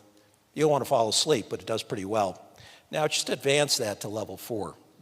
This is hands off. This is feet off. This is no driver at all. And if any of you have driven the traffic patterns between Jerusalem and Tel Aviv lately, pretty rough. people running out the street, buses pulling in front of you. Well, this driverless car performed brilliantly on a 45-minute drive between Jerusalem and Tel Aviv. And was it an indication to us and most other Western OEMs that China has probably a 5-year lead on our best technology in what could be the most important industrial revolution this country experiences in 100 years, which is a migration from the old to the new, the old internal combustion to electrification. It's not going to happen overnight, but it's happening. And it's going to happen, I think, with greater alacrity as technology allows it to happen. So make no mistake, we're in a technology battle, technology war. The Chinese are playing for keeps. We have every reason to think that we're up to the task, that when given a level playing field, which rarely is the case in the US-China trading relationship, we can not only compete, but we can win. So we're here to talk about not just the economics, but we're here to put in perspective the security dynamics as well, which sometimes can be pretty fraught. And the talk can turn to war way too quickly, in my mind. That's giving up. That's not working through potential solutions to figure out how we can coexist, because that will be the recipe for success in the 21st century, figuring out how to coexist. So thank you for being here. Enjoy your lunch. Enjoy the breakout sessions that you're about to jump into. Take notes. Think carefully. Think deeply. Think anew. I mean, dismiss the old conventional wisdom. We've got an important decade ahead of us where we have the most important issue policy set to get right. And it's going to happen right here at UVU. I mean, how cool is that? That's pretty awesome. So thank you. Enjoy your lunch, and we'll see you around.